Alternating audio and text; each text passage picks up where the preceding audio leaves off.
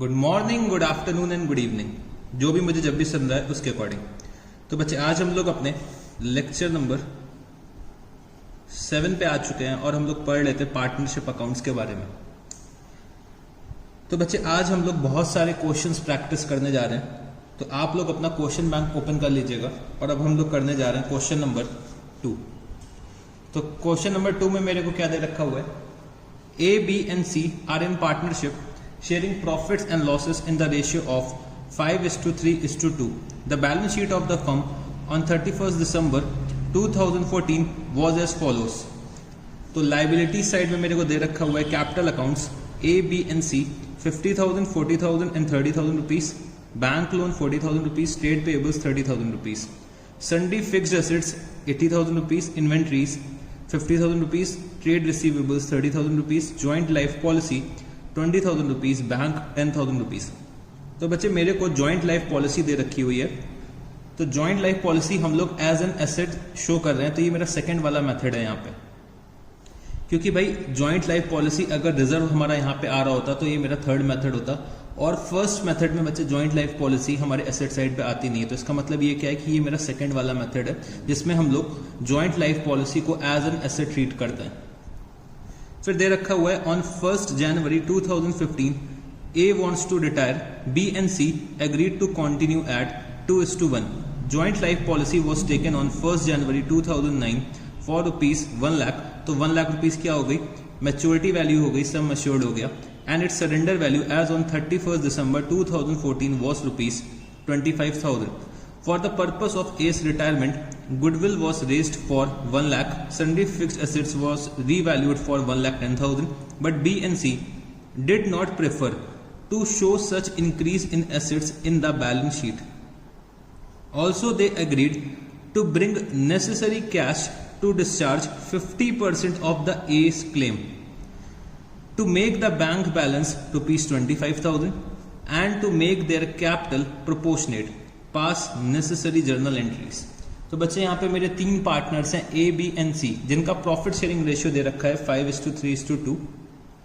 तो मेरे को यहाँ पे एक बैलेंस शीट दे रखी हुई है और बैलेंस शीट में ज्वाइंट लाइफ पॉलिसी आ रही है। तो ज्वाइंट लाइफ पॉलिसी को हम लोग एज एन एसेट ट्रीट कर रहे हैं, और बच्चे ए जो है वो फर्म से रिटायर हो रहे हैं, और बी और सी ने ये सोचा है कि भाई ये लोग फर्म को आगे कंटिन्यू करेंगे in the ratio of 2:1। Joint life policy हम लोगों ने ले रखी है 1st January 2009 for rupees 1 lakh, and its surrender value as on 31st December 2014 was rupees 25,000। ठीक है जी, तो सरेंडर वैल्यू मेरे को 25,000 रुपीज दे रखी है। अब यहाँ पे बच्चे क्वेश्चन में कहीं नहीं दे रखा हुआ है कि हम लोगों ने ज्वाइंट लाइफ पॉलिसी सरेंडर कर दी है। अगर क्वेश्चन में दे नहीं रखा है तो बच्चे हम लोग ज्वाइंट लाइफ पॉलिसी को सरेंडर नहीं कर सकता।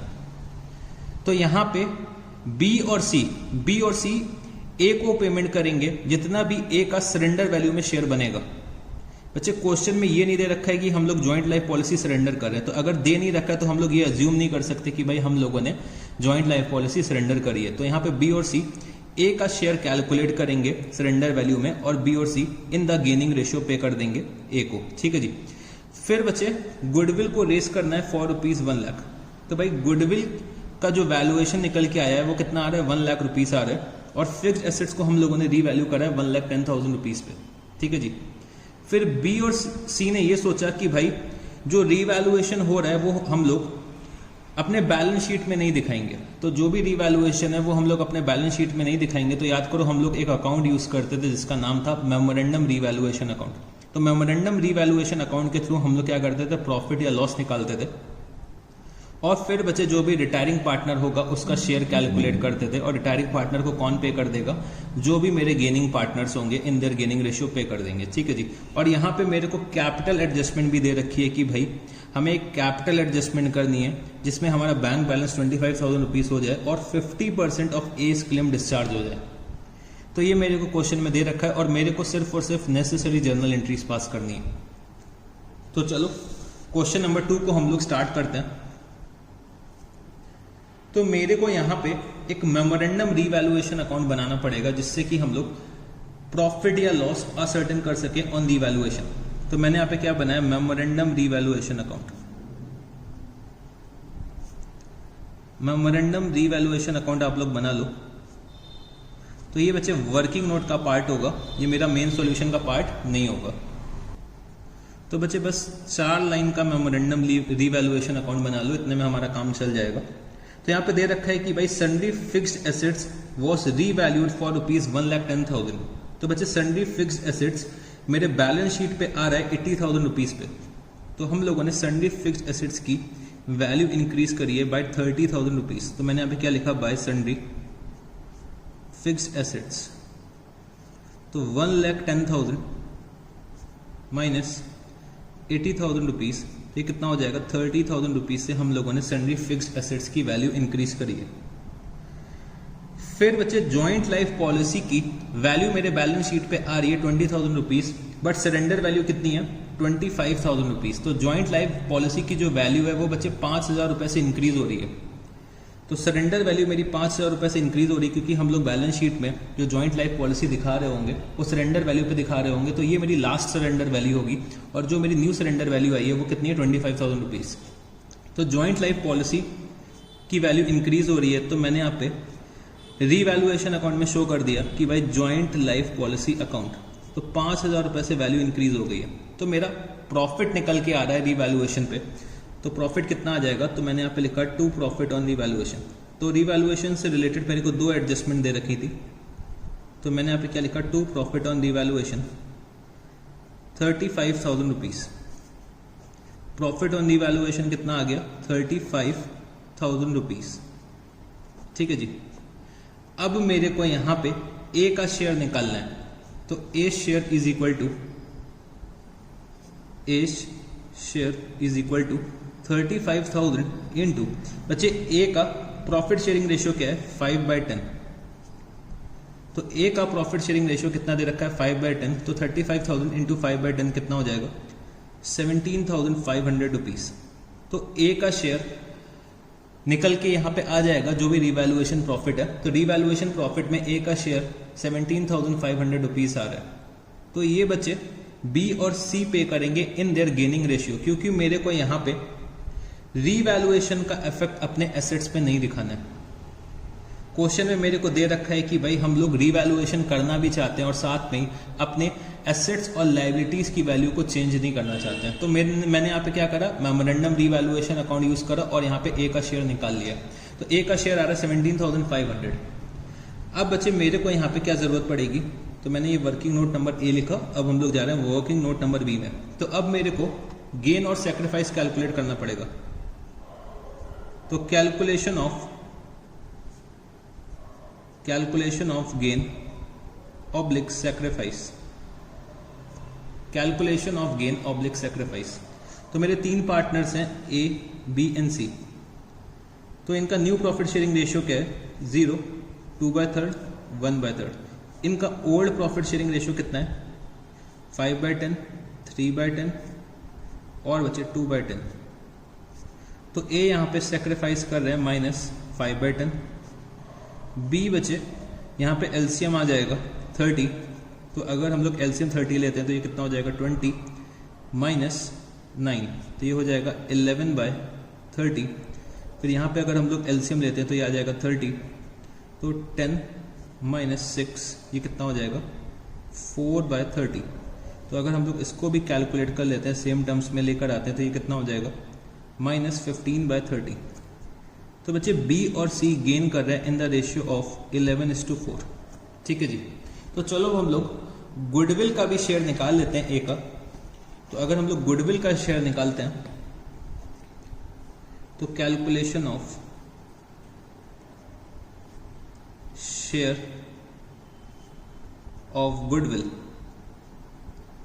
Of A, calculation of share of goodwill of A. तो बच्चे ए का शेयर कितना निकल के आएगा, तो A share is equal to, बच्चे गुडविल जो है वो फर्म की 1 लाख रुपीज है और ए सेक्रीफाइस कितना कर रहे हैं 5/10। तो ए का शेयर कितना निकल के आएगा 50,000 रुपीज। ए का गुडविल में शेयर कितना आ जाएगा 50,000 रुपीज, जो बी और सी पे करेंगे इन द रेशियो ऑफ 11:4। तो भाई ए को टोटल कितना मिलना है, अगर मैं कैलकुलेट करना चाहूँ तो total A share is equal to total A's share is equal to 17,500 plus 50,000 rupees, तो ये टोटल हो जाएगा 67,500 रुपीज़। तो 67,500 रुपीज़ ए को मिलेंगे इन रिटायरमेंट। तो ए को यहाँ पे 67,500 रुपीज़ रिटायरमेंट पे मिल रहे हैं, तो ये इनको पेमेंट कौन करेंगे? पेमेंट इनको बी और सी करेंगे इन देयर गेनिंग रेशियो। बच्चे जॉइंट लाइफ पॉलिसी मेरे को सरेंडर करने के लिए नहीं बोल रहा है, तो भाई ए का जो शेयर होगा जॉइंट लाइफ पॉलिसी में, तो सरेंडर वैल्यू पे हम लोग क्या करेंगे? ए का शेयर निकाल देंगे। तो बच्चे यहाँ पे देखो हम लोगों ने यहाँ पे क्या करा है, सरेंडर वैल्यू को इंक्रीज करा। तो सरेंडर वैल्यू मेरी कितनी आ गई? सरेंडर वैल्यू बच्चे मेरी आ जाएगी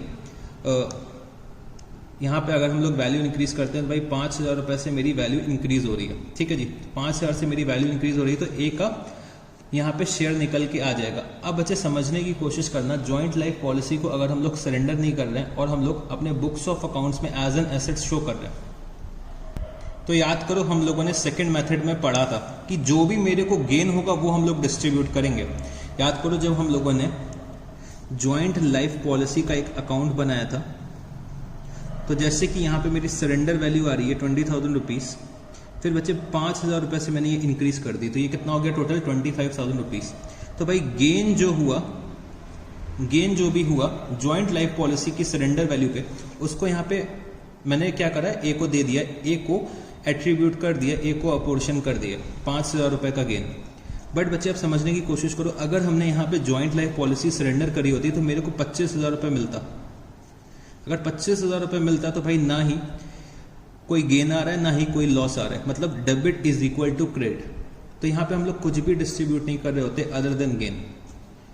तो बच्चे सिर्फ और सिर्फ मैंने यहाँ पे गेन डिस्ट्रीब्यूट करा है। याद करो हम लोगों ने सेकंड मेथड पढ़ा था कि हम लोग सिर्फ और सिर्फ जो भी गेन होगा, जो भी मेरा बैलेंसिंग फिगर निकल के आएगा जॉइंट लाइफ पॉलिसी के अकाउंट में, वो हम लोग डिस्ट्रीब्यूट करेंगे।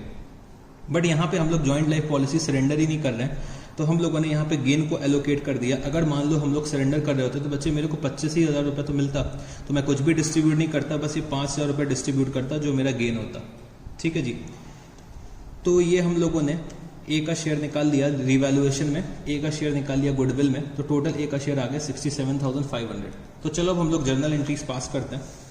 तो मेरे को क्वेश्चन में बोला गया है कि भाई जर्नल एंट्रीज आप हमें पास करके दिखा दो, तो मैं यहाँ पे जर्नल एंट्रीज पास करने जा रहा हूँ। Journal entries, particulars, LF number, amount और बच्चे अमाउंट। ठीक है जी, तो फटाफट से आप लोग फॉर्मेट बना लीजिएगा, फिर हम लोग स्टार्ट करते हैं। तो बच्चे आप लोगों ने फॉर्मेट बना लिया होगा, अब हम लोग शुरू करते हैं। तो बच्चे ए को कितना पे करना है? 67,500। तो मैंने यहाँ पे ए के कैपिटल अकाउंट को क्रिएट कर दिया टू एज कैपिटल अकाउंट 67,500। 67,500 हम लोगों ने यहाँ पे ए के कैपिटल अकाउंट में क्रिएट कर दिया। ठीक है जी, ए को पेमेंट कौन कर रहे हैं बच्चे? बी और सी पेमेंट कर रहे हैं। तो मैंने यहाँ पे क्या लिखा? बीस कैपिटल अकाउंट, बीस capital account debit, seize capital account debit. तो बी और सी ए को पेमेंट कर रहे हैं इन देयर गेनिंग रेशियो जो है हमारा 11:4। तो 11:4 के रेशियो में 67,500 आप लोग अगर डिस्ट्रीब्यूट करते हैं तो ये कितना आ जाएगा बच्चे? आ जाएगा 18,000 रुपीज़। और बी का शेयर कितना आएगा? बी का आ जाएगा 49,500 रुपीज़। तो 67,500 रुपीज़ ए को पे किया जाएगा। और कौन पेमेंट करेंगे? पेमेंट बच्चे यहाँ पे बी और सी ए को करेंगे 67,500 का इन देयर गेनिंग रेशियो 11:4। तो बी का शेयर निकल के आ रहा है 49,500, सी का शेयर निकल के आ रहा है 18,000 रुपीज़। तो मैंने यहाँ पे नरेशन लिख दिया being share of revaluation profit and goodwill paid to A। तो बच्चे हम लोगों ने यहाँ पे share of revaluation profit and goodwill A को ट्रांसफर कर दिया है। ठीक है जी, अब यहाँ पे मेरे को क्वेश्चन में दे रखा हुआ है कि भाई हमें क्या करना है, नेसेसरी कैश बिजनेस में लेकर आना है जिससे कि हम लोग 50% of the S claim discharge कर सकें और हमारा बैंक बैलेंस 25,000 रुपीज हो जाए और हमारा कैपिटल भी प्रोपोर्शनेट हो जाए बी और सी का। तो इसके लिए हमें वर्किंग नोट नंबर 4 पे जाना पड़ेगा। तो वर्किंग नोट नंबर 4 आप लोग यहां पे लिखना, working note number 4।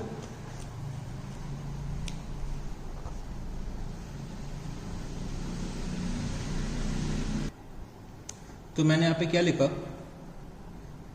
Capital adjustment, capital adjustment. तो सबसे पहले मेरे को यहां पे total capital of the new firm calculate करना पड़ेगा। याद करो बच्चे, हम लोगों ने कैपिटल एडजस्टमेंट्स के 4 केसेस पढ़े थे। तो ये मेरा 4th केस है, ठीक है जी, 4th केस है जिसमें मेरे को नेसेसरी कैश लेकर आना है जिससे कि हम लोग कैश बैलेंस को एक मेंटेन कर सके, डिजायर्ड कैश बैलेंस मेंटेन कर सके और साथ में ही हम लोग रिटायरिंग पार्टनर के क्लेम को सेटल कर सके। मोर ओवर बच्चे, हम लोग यहाँ पे अपने कैपिटल को भी प्रोपोर्शनेट कर सके। तो बच्चे total capital of the new firm मेरे को कैलकुलेट करना पड़ेगा। Total capital of the new firm is equal to हम लोगों ने याद करो लिखा था कि adjusted capital balances of continuing partners, adjusted capital balances of continuing partners plus amount due to retiring partner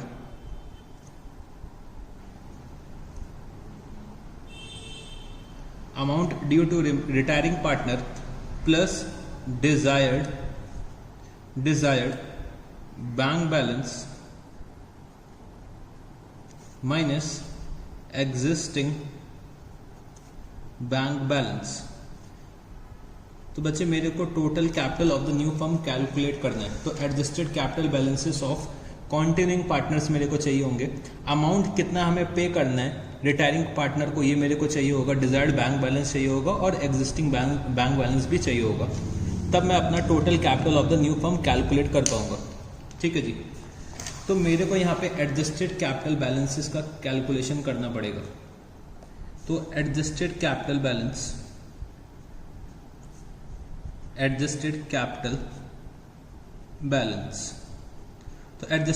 balance मेरे को यहाँ पे बी का कैलकुलेट करना पड़ेगा और सी का कैलकुलेट करना पड़ेगा।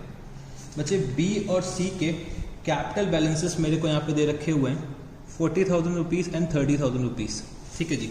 तो ये मैंने यहाँ पे लिखा 40,000 और बचे 30,000 रुपीज। फिर बचे हम लोगों ने बी और सी के कैपिटल अकाउंट को डेबिट करा है।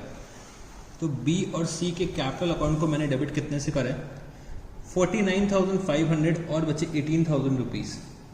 तो अगर हम लोग बी और सी के कैपिटल अकाउंट को डेबिट कर देंगे तो बी को मैंने डेबिट करा कितने से, 49,500 से, और सी को मैंने डेबिट करा 18,000 रुपीज से। तो यहाँ पे अगर आप लोग देखोगे तो यहाँ पे बी का जो बैलेंस आएगा बच्चे, बी के कैपिटल का डेबिट बैलेंस आ जाएगा। भाई 40,000 का क्रेडिट है और आपने 49,500 रुपये आपने डेबिट कर रखा है। 40,000 रुपीज़ का क्रेडिट है, 49,500 डेबिट कर दिया। तो बी के कैपिटल अकाउंट का यहाँ पे डेबिट बैलेंस कितना आ जाएगा, 9,500 रुपीज़। तो मैं इसको माइनस से डिनोट कर देता हूँ। फिर बच्चे सी का बैलेंस कितना आएगा, 12,000 रुपीज़। फिर बच्चे amount due to retiring partner. तो amount due to retiring partner मेरे को यहाँ पे कैलकुलेट करना पड़ेगा। Amount due to retiring partner. तो रिटायरिंग पार्टनर कौन है, रिटायरिंग पार्टनर यहाँ पे मेरे ए हैं। अगर हम लोग ए का अमाउंट कैलकुलेट करते हैं तो मेरे को ए का कैपिटल दे रखा हुआ है यहाँ पे 50,000 रुपीज़। 50,000 रुपीज़ ए का कैपिटल है और बच्चे ए के कैपिटल अकाउंट पे हम लोगों ने क्रेडिट कितना करा है, 67,500। 67,500 हम लोगों ने ए के अकाउंट में क्रेडिट करा है। अब बच्चे यहाँ पे क्या दे रखा है कि भाई हम लोगों को सिर्फ 50% पेमेंट करना है ए को, बाकी हम लोग कहाँ पे ट्रांसफर कर देंगे बच्चे, बाकी हमें फिर लोन अकाउंट में ट्रांसफर करना पड़ेगा। सिर्फ 50% पेमेंट अभी हम लोग कर रहे हैं ए को। तो 50% अगर हम लोग अभी पेमेंट कर रहे हैं तो रिमेनिंग 50% हम लोग ए के लोन अकाउंट में ट्रांसफर कर रहे होंगे। तो अभी हम लोगों को कितना पेमेंट करना है बच्चे, 50% करना है। तो मैंने यहाँ पे क्या लिखा, इंटू 50%। भाई 50% पेमेंट करना है तो भाई 50% के लिए मेरे को कैश चाहिए होगा। जितना पेमेंट करना है बच्चे उतना ही तो मैं कैश मंगाऊंगा। मैं यहाँ पे पूरा का पूरा थोड़ी ना मैं कैश मंगा लूंगा कि भाई 50,000 प्लस 67,500 टोटल लेकर चले। जितना हम लोग ए को पे करेंगे उतना ही तो हम लोग कैश मंगाएंगे। तो अगर हम लोग यहाँ पे देखते हैं कि भाई यहाँ पे 1,17,500 का अगर हम लोग 50% निकालते हैं तो कितना आ जाएगा, 58,750 का हमें पेमेंट करना होगा ए को। ठीक है जी। फिर मेरा डिजायर्ड बैंक बैलेंस कितना है, डिजायर्ड बैंक बैलेंस मेरा 25,000 रुपीज है। और मेरा एग्जिस्टिंग बैंक बैलेंस कितना है, एग्जिस्टिंग बैंक बैलेंस मेरा 10,000 रुपीज है। तो मेरे को यहां पे क्या मिल जाएगा, total capital of new firm.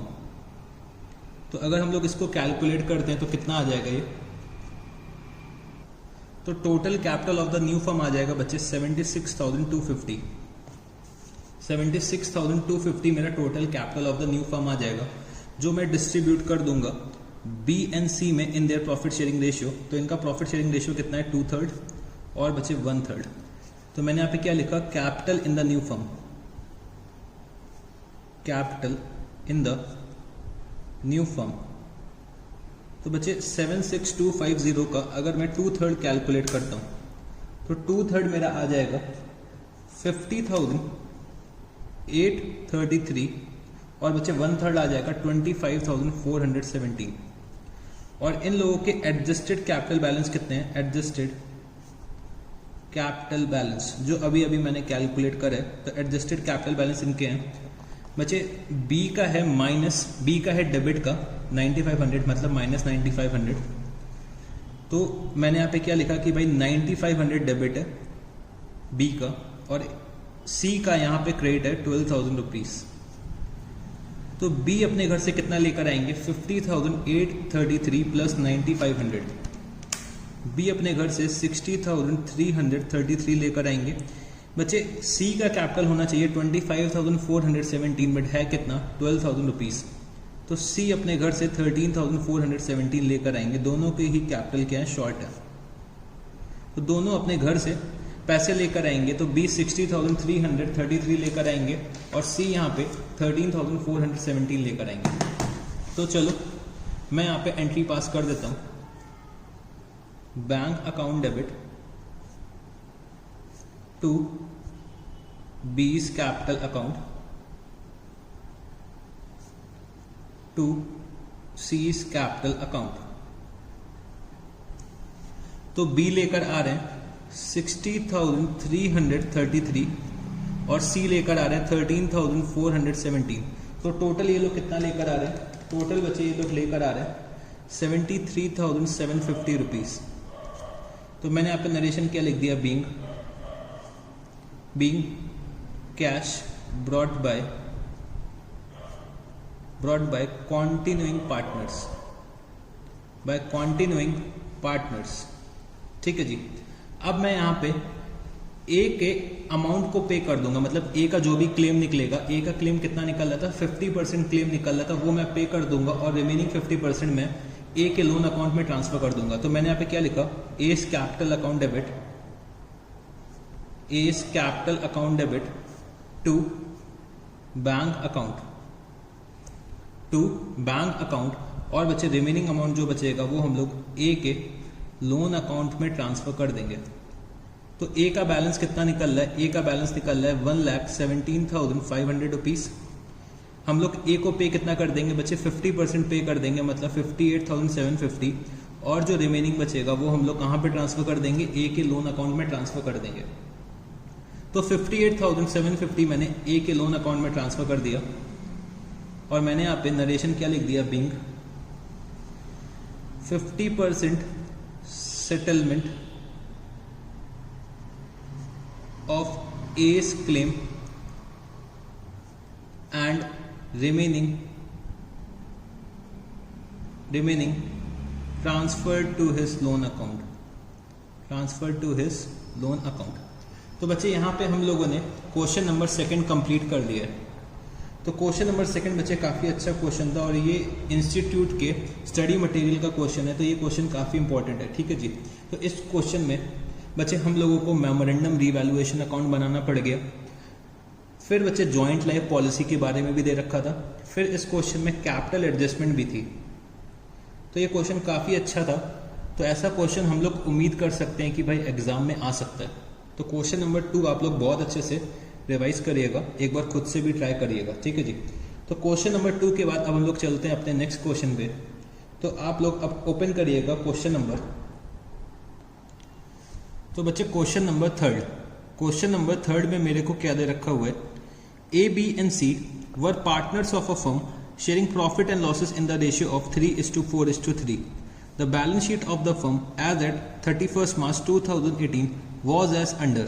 तो capital accounts of A, B and C 48,000, 64,000 और बच्चे 48,000 rupees, reserve 20,000 rupees, creditors 40,000 rupees. तो रिजर्व्स को मैंने अंडरलाइन कर लिया कि ये मेरे को डिस्ट्रीब्यूट करना पड़ेगा। फिर बच्चे fixed assets 1 lakh rupees, current assets में क्या दे रखा है मेरे को, stock, debtors, cash and bank. तो इनके बैलेंसेस हैं 30,000 rupees, 60,000 rupees, 30,000 rupees.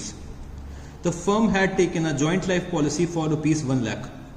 The premium periodically paid was charged to profit and loss account.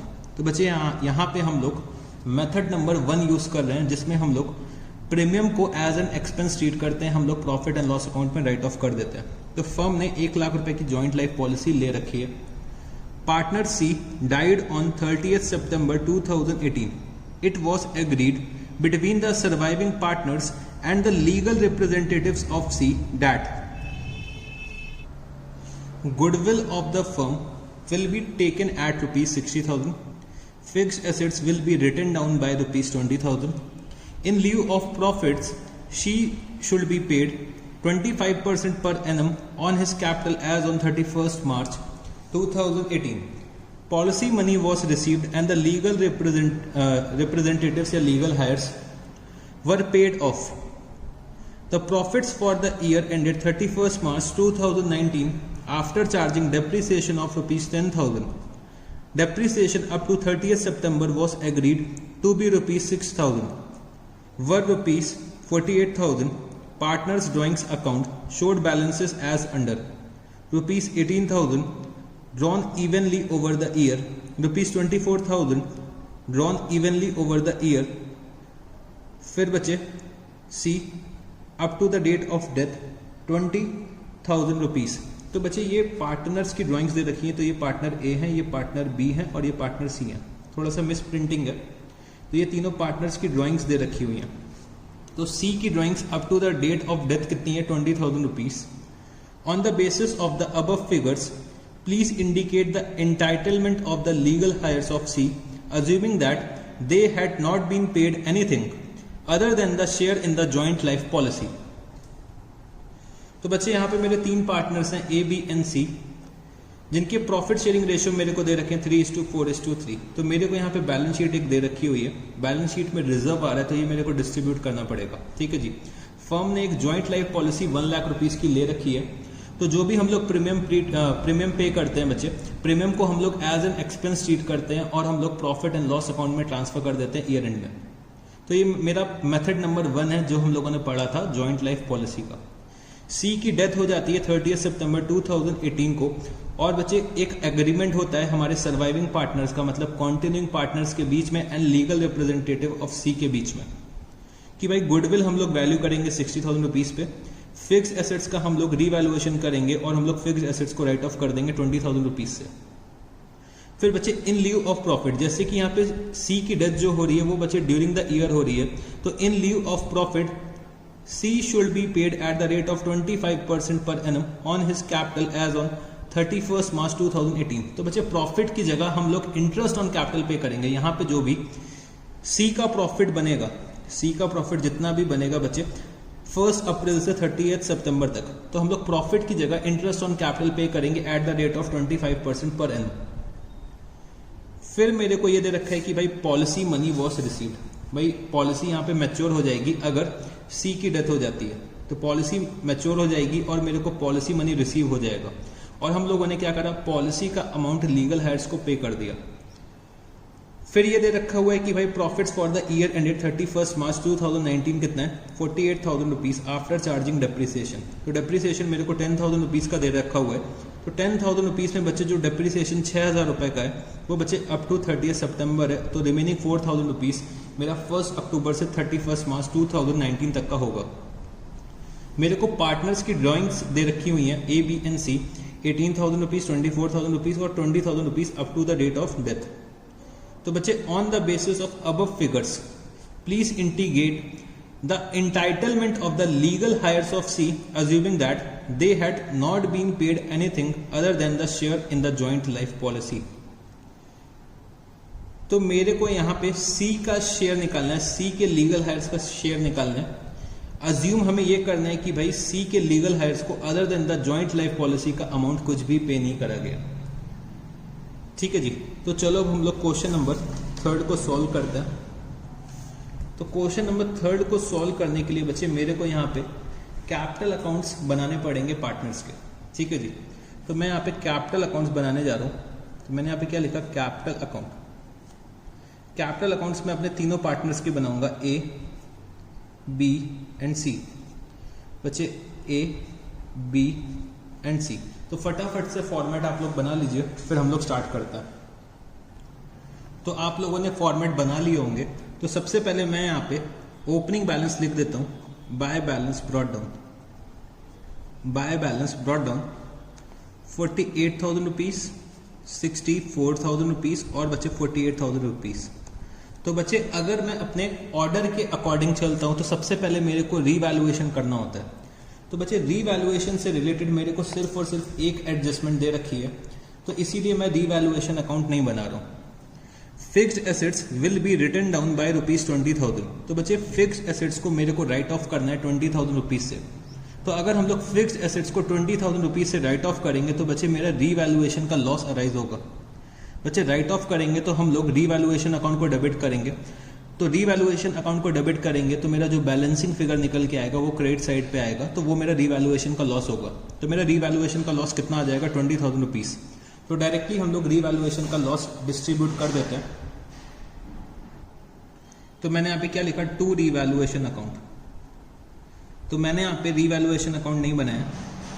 Revaluation का लॉस कितना आएगा, 20,000 रुपीज, जो हम लोग अपने ओल्ड पार्टनर्स में in their old profit sharing ratio distribute कर देंगे। तो मेरे को प्रॉफिट शेयरिंग रेशियो 3:4:3 का दे रखा है और मेरे को 20,000 रुपीज डिस्ट्रीब्यूट करना है। तो यहाँ पे ए का शेयर बनेगा 6,000, बी का शेयर बनेगा 8,000 और सी का शेयर बनेगा 6,000 रुपीज। बच्चे यहाँ पे सी की डेथ हो रही है तो मैंने सी पे एरो बना दिया कि भाई सी जो है वो फर्म छोड़ के जा रहा है। ठीक है जी। तो हम लोगों ने रीवैल्यूएशन कर लिया है। अब बच्चे मेरे को अपने रिजर्व्स का डिस्ट्रीब्यूशन करना पड़ेगा। तो मैंने यहाँ पे क्या लिखा, बाय रिजर्व। तो रिजर्व भी हम लोग 3:4:3 के रेशियो में डिस्ट्रीब्यूट कर देंगे। तो रिजर्व का अमाउंट है 20,000 रुपीज। तो 20,000 रुपीज हम लोग 3:4:3 के रेशियो में कर देंगे। तो बचे 6,000, 8,000 एंड 6,000 रुपीज। तो हम लोगों ने यहाँ पे रिजर्व्स को भी डिस्ट्रीब्यूट कर दिया। फिर बचे रिजर्व्स के बाद मेरे को क्या करना होता है, गुडविल का ट्रीटमेंट करना होता है। तो goodwill of the firm will be taken at ₹60,000। तो गुडविल ऑफ द फर्म मेरे को दे रखी है 60,000 रुपीज। बच्चे सी की डेथ हो रही है तो सी को क्या मिलेगा, गुडविल में शेयर मिलेगा। सी के लीगल रिप्रेजेंटेटिव्स को गुडविल में शेयर मिलेगा। तो 60,000 रुपीज फर्म की गुडविल है। सी का प्रॉफिट शेयरिंग रेशियो कितना है, सी का प्रॉफिट शेयरिंग रेशियो 3/10 है। तो सी का शेयर कितना निकल के आएगा, 18,000 रुपीज। सी का शेयर कितना निकल के आएगा, 18,000 रुपीज। तो सी को ए और बी पे करेंगे इन देयर गेनिंग रेशियो। तो सी का पेमेंट है 18,000 रुपीज और ए और B in their gaining ratio C को पे करेंगे। तो बच्चे यहाँ पे मेरे को न्यू रेशियो नहीं दे रखा हुआ है, तो मेरा ओल्ड रेशियो ही न्यू रेशियो हो जाएगा और ओल्ड रेशियो ही मेरा गेनिंग रेशियो बन जाएगा। तो मैंने यहाँ पे क्या लिखा, by A's capital account, by A's capital account, by B's capital account. तो इनका गेनिंग रेशियो कितना आ जाएगा, 3:4। 3:4 का इनका गेनिंग रेशियो आ जाएगा। तो बच्चे सी को कितना पेमेंट करना है, 18,000 रुपीज़ का पेमेंट करना है। तो 18,000 रुपीज़ का पेमेंट मेरे को 3:4 की रेशियो में करना है। तो ये बच्चे आ जाएगा 7714। और बच्चे बी का शेयर कितना आएगा, बी का शेयर आ जाएगा 10286। तो मैंने यहाँ पे इसकी करस्पॉन्डिंग एंट्री दिखा दी टू सीज कैपिटल अकाउंट 7714 10286। तो हम लोगों ने गुडविल का भी डिस्ट्रीब्यूशन कर दिया है। अब बच्चे मेरे को चेक करना है कि क्या रिटायरिंग पार्टनर से रिलेटेड मेरे को कोई और अदर एडजस्टमेंट दे रखी है। तो बच्चे यहाँ पे ये दे रखा हुआ है कि भाई सी को हम लोग प्रॉफिट्स की जगह, सी की जो डेथ हो रही है वो बच्चे ड्यूरिंग द ईयर हो रही है, तो सी को हम लोग प्रॉफिट्स की जगह इंटरेस्ट ऑन कैपिटल देंगे at the rate of 25% per annum on his capital as on 31 March 2018। तो जो भी कैपिटल होगी 31 मार्च 2018 की, उसमें हम लोग इंटरेस्ट देंगे at the rate of 25% per annum. तो मैंने यहाँ पे क्या लिखा, bye interest on capital, bye interest on capital. तो बच्चे मेरा यहाँ पे आउटगोइंग पार्टनर है, तो उससे रिलेटेड मेरे को अब जितनी भी अदर एडजस्टमेंट दे रखी है वो मेरे को करनी है। तो bye interest on capital account, तो यहाँ पे सी का जो कैपिटल है ऑन 31 मार्च वो कितना है, 48,000 रुपीज। इंटरेस्ट बच्चे मेरे को दे रखा है 25% पर एनम, और इंटरेस्ट मेरे को 6 मंथ्स का कैलकुलेट करना पड़ेगा क्योंकि सी की जो डेथ हो रही है वो 30 सितंबर को हो रही है। तो 1 अप्रैल से 30 सितंबर तक 6 मंथ्स होंगे। तो 48,000 का अगर मैं 25% निकालता हूँ तो भाई ये 12,000 रुपये पूरे साल का आ रहा है। मेरे को 6 मंथ्स का इंटरेस्ट चाहिए। तो 6 मंथ्स का इंटरेस्ट कितना आ जाएगा, 6 मंथ्स का इंटरेस्ट बच्चे यहाँ पे आ जाएगा 6,000 रुपीज। 6 मंथ्स का इंटरेस्ट कितना आ जाएगा, 6,000 रुपीज। फिर बच्चे यहाँ पे सी ने ड्राइंग्स करी है 20,000 रुपीज की, तो मैंने यहाँ पे क्या लिखा, 2 ड्राइंग्स। तो सी ने ड्राइंग्स कर रखी है बच्चे यहाँ पे 20,000 रुपीज की, तो मैंने यहाँ पे सी के कैपिटल अकाउंट को 20,000 रुपीज से डेबिट कर दिया। फिर बच्चे फर्म ने एक जॉइंट लाइफ पॉलिसी ले रखी थी 1 लाख रुपीज की। तो जॉइंट लाइफ पॉलिसी अब मेरी मैच्योर हो गई होगी, तो मेरे को सम एश्योर्ड रिसीव हुआ होगा। तो बच्चे सम एश्योर्ड रिसीव होता है तो हम लोग क्या एंट्री पास करते हैं, bank account debit to joint life policy account. फिर हम लोग जॉइंट लाइफ पॉलिसी का जो भी अमाउंट मिलता है वो हम लोग क्या करते हैं, डिस्ट्रीब्यूट करते हैं। तो मैंने यहाँ पे क्या लिखा, बाय जॉइंट लाइफ पॉलिसी।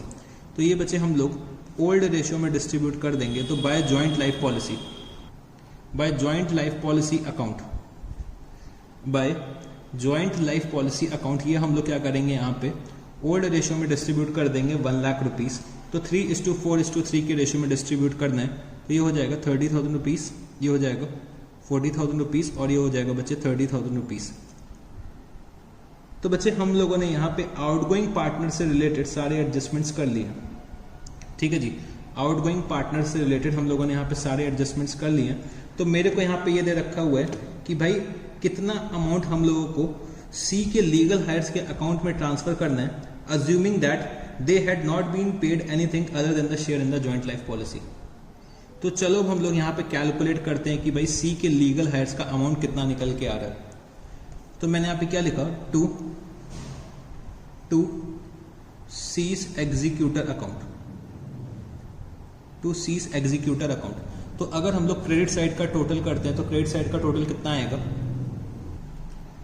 तो बच्चे क्रेडिट साइड का टोटल आ रहा है सी का 1,08,000 रुपीज, 1,08,000 रुपीज। तो इसको अगर हम लोग डेबिट वाले बैलेंसेस से माइनस कर देंगे तो हम लोगों को माइनस कितना करना है, 26,000 रुपीज। तो यहाँ पे हम लोग 82,000 रुपीज सी के एग्जीक्यूटर अकाउंट में ट्रांसफर कर देंगे। ठीक है जी। तो साथ ही साथ हम लोग यहाँ पे क्या करते हैं कि भाई ए और बी के बैलेंसिंग फिगर भी कैलकुलेट कर लेते हैं। तो मैंने यहाँ पे क्या लिखा, 2 balance carry down, 2 balance carry down. तो बच्चे अगर यहाँ पे मैं ए और बी का बैलेंसिंग फिगर कैलकुलेट करता हूँ तो ए के क्रेडिट साइड का टोटल कितना आएगा, ए के क्रेडिट साइड का टोटल आ जाएगा 48,000 प्लस 6,000 प्लस 30,000। तो ये कितना आ जाएगा, 84,000 माइनस 6,000 माइनस 7,714। तो ये आ जाएगा मेरा 70286, 70286 मेरा आ जाएगा। और ये कितना हो जाएगा, 84,000। अगर हम लोग बी का कैलकुलेट करते हैं तो 64,000 प्लस 8,000 प्लस 40,000 माइनस, तो ये टोटल आ रहा है 1,12,000 माइनस 8,000 माइनस 10,286, तो ये आ रहा है 93714 और सी का टोटल आ रहा था मेरा 1,08,000 रुपीज। ठीक है जी। फिर अब हमें यहाँ पे सी के एग्जीक्यूटर अकाउंट को बनाना है। तो सी के एग्जीक्यूटर अकाउंट बनाने के लिए मैं नेक्स्ट पेज में आ जाता हूँ। तो सी के एग्जीक्यूटर का अकाउंट मेरे को यहाँ पे बनाना है। सी के एग्जीक्यूटर का अकाउंट मेरे को यहाँ पे बनाना है।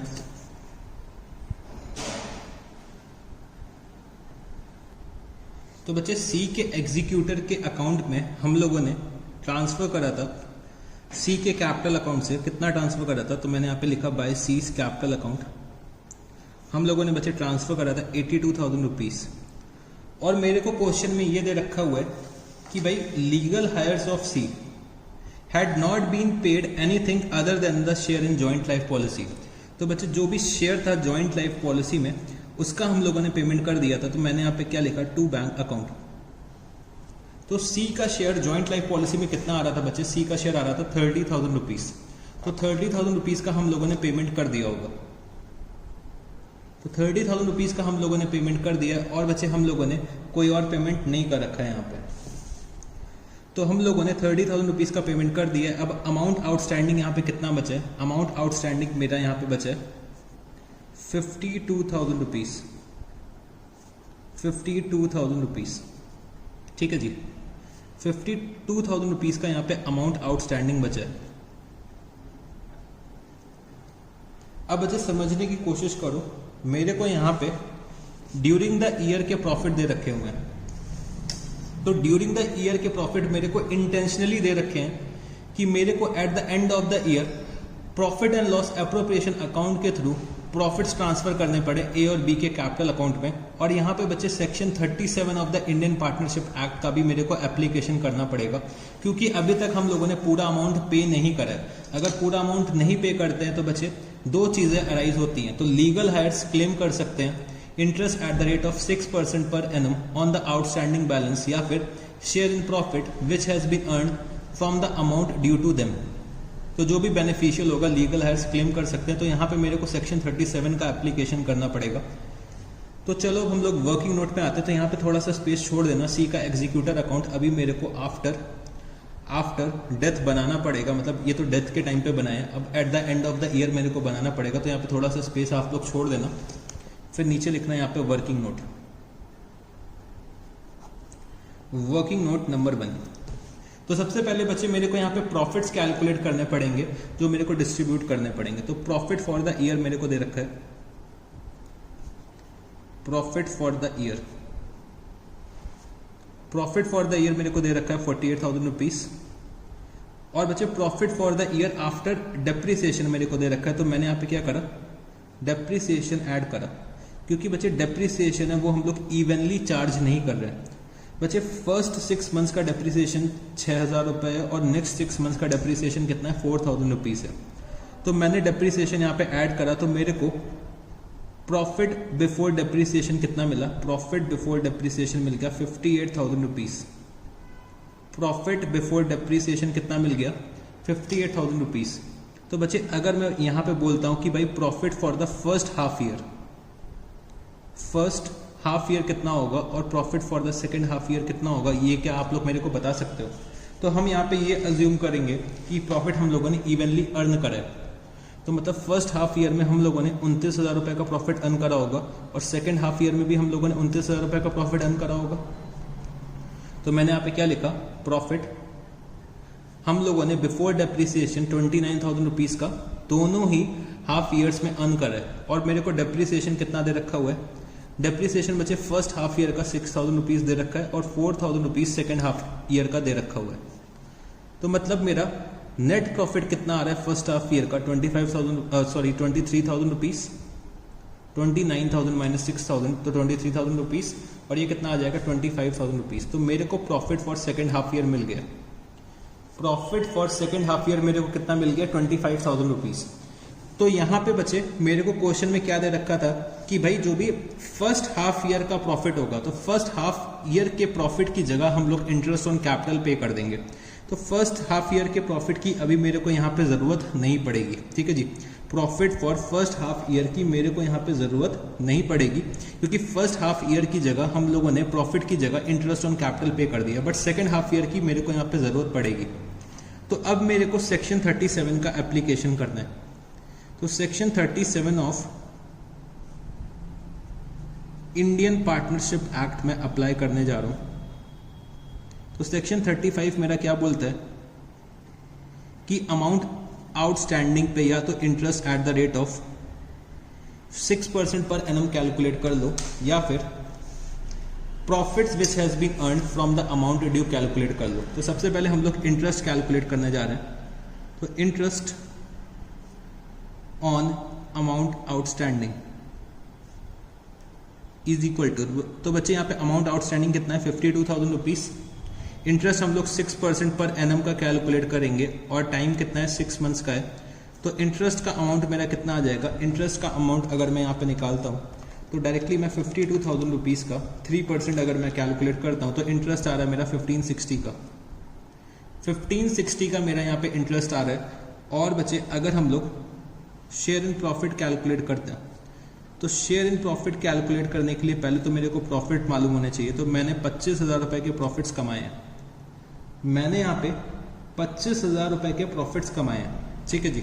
25,000 रुपये के प्रॉफिट्स कमाए हैं और यहाँ पे अमाउंट आउटस्टैंडिंग कितना है 52,000 रुपीज़। सी के एग्जीक्यूटर्स का अमाउंट आउटस्टैंडिंग है और टोटल अमाउंट कितना है वो मेरे को अभी यहाँ पे कैलकुलेट करना पड़ेगा। वो मेरे को यहाँ पे अमाउंट कैलकुलेट करना पड़ेगा कि भाई टोटल अमाउंट कितना है। तो चलो यहाँ पे हम लोग टोटल अमाउंट कैलकुलेट करते हैं, जिसके बेसिस में हम लोगों ने 25,000 रुपये का प्रॉफिट कमाया है। तो अगर ये मेरे को टोटल अमाउंट मिल जाएगा तो बच्चे मैं यहाँ पे क्या कैलकुलेट कर सकता हूँ, मैं यहाँ पे सी के एग्जीक्यूटर्स का प्रॉफिट कैलकुलेट कर सकता हूँ प्रोपोर्शनेटली, ठीक है जी। तो चलो अब हम लोग यहाँ पे total amount from which the profit has been earned calculate करते हैं। तो बच्चे अब हम लोग आते हैं वर्किंग नोट नंबर 2 पे। तो calculation of total amount from which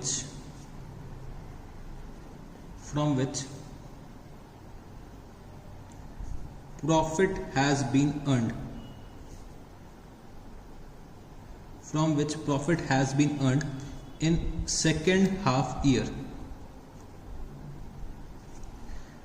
तो बच्चे एक तो हो गए हमारे ए, एक हो गए हमारे बी।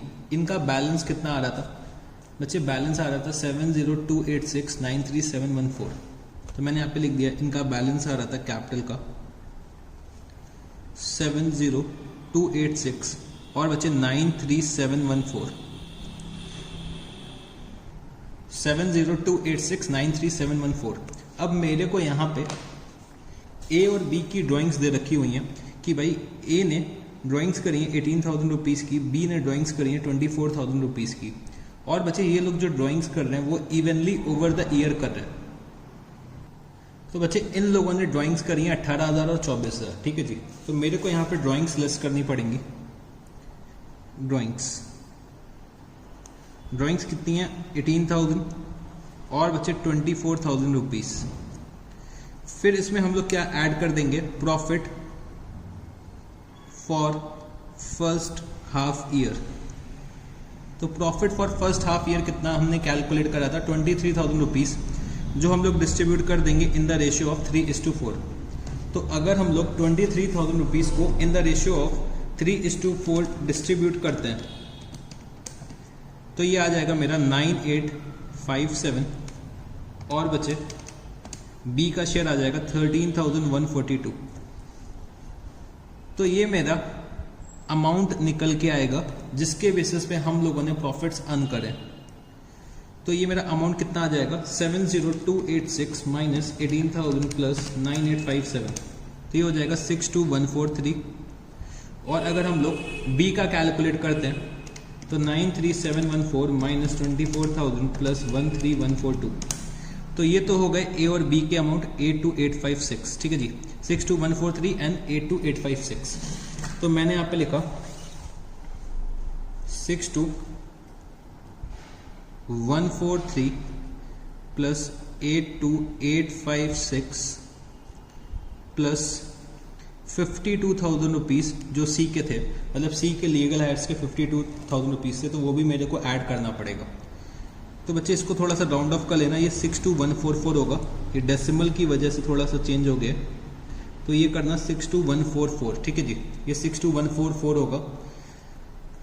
तो अगर अब मैं इसको कैलकुलेट करता हूँ तो मेरा शेयर इन प्रॉफिट निकल के आ जाएगा। तो शेयर इन प्रॉफिट मेरा कितना आ जाएगा, 25,000 इंटू 52,000 डिवाइडेड बाय अगर मैं इसका टोटल करता हूँ तो टोटल कितना आ जाएगा, 62144 plus 82856 plus 52,000 rupees.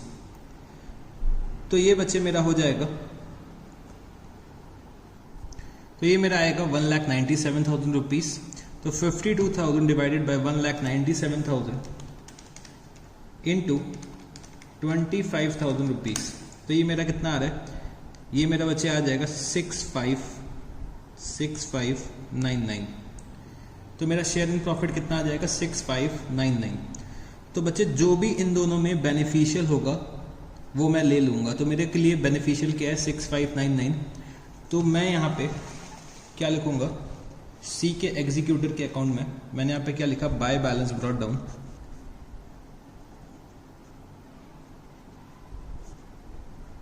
By balance brought down 52,000 rupees, और सी के एग्जीक्यूटर्स के अकाउंट में मैं कितना ट्रांसफर कर दूंगा, तो by profit and loss appropriation account 6599।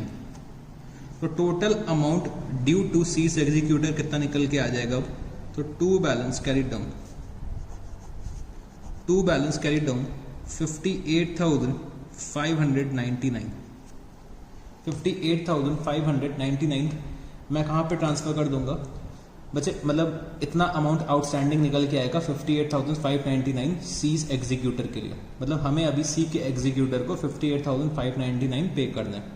तो क्वेश्चन नंबर 3 भी मैंने यहाँ पे सॉल्व कर लिया है। अब हम लोग चलते हैं अपने नेक्स्ट क्वेश्चन पे। तो नेक्स्ट क्वेश्चन अब हम लोग जो करने जा रहे हैं वो है क्वेश्चन नंबर, तो बच्चे question number 4, the balance sheet of Amitabh, Abhishek and Amrish as at 31 December 2008 stood as follows. तो कैपिटल अकाउंट्स मेरे को दे रखे हैं, Amitabh, Abhishek, Amrish, 60,000, 40,000 and 40,000 rupees, total कितना हो जाएगा, 1,40,000 rupees. Creditors 25,800, general reserve 8,000 rupees, investment fluctuation reserve 2,400 rupees. तो ये दोनों मैंने अंडरलाइन कर लिया कि भाई ये मेरे को डिस्ट्रीब्यूट करने पड़ेंगे। Land and buildings 74,000 rupees, investments 10,000 rupees, advertisement suspense 37,800। तो बच्चे एडवर्टाइजमेंट सस्पेंस को भी मैंने यहाँ पे अंडरलाइन कर लिया कि ये भी मेरे को डिस्ट्रीब्यूट करना पड़ेगा। फिर life policy at surrender value, तो अमिताभ, अभिषेक, अमरीश, बच्चे मैंने यहाँ पे इंडिविजुअल लाइफ पॉलिसी ले रखी है, तो सरेंडर वैल्यू इनकी दे रखी है 2,500 और 1,000 रुपीज। तो बच्चे इंडिविजुअल लाइफ पॉलिसी यहाँ पे मैंने ले रखी है, और बच्चे मैं मेथड नंबर 2 फॉलो कर रहा हूँ कि भाई इंडिविजुअल लाइफ पॉलिसी को मैं अपने बैलेंस शीट में दिखा रहा हूँ एज एन एसेट। तो हम लोग प्रीमियम को एज एन एसेट ट्रीट करते हैं, और हम लोग अपने लाइफ पॉलिसी को एट सरेंडर वैल्यू अपने बैलेंस शीट पे दिखा रहे हैं। फिर मेरे को दे रखा है stock 20,000 rupees, debtors 20,000 rupees less provision 1,600 rupees, तो नेट डेटर्स कितने हो जाएंगे 18,400, cash and bank balance 10,000 rupees. Amrish died on 31st March 2009. Due to this reason, the following adjustments were agreed upon. Land and buildings be appreciated by 50%.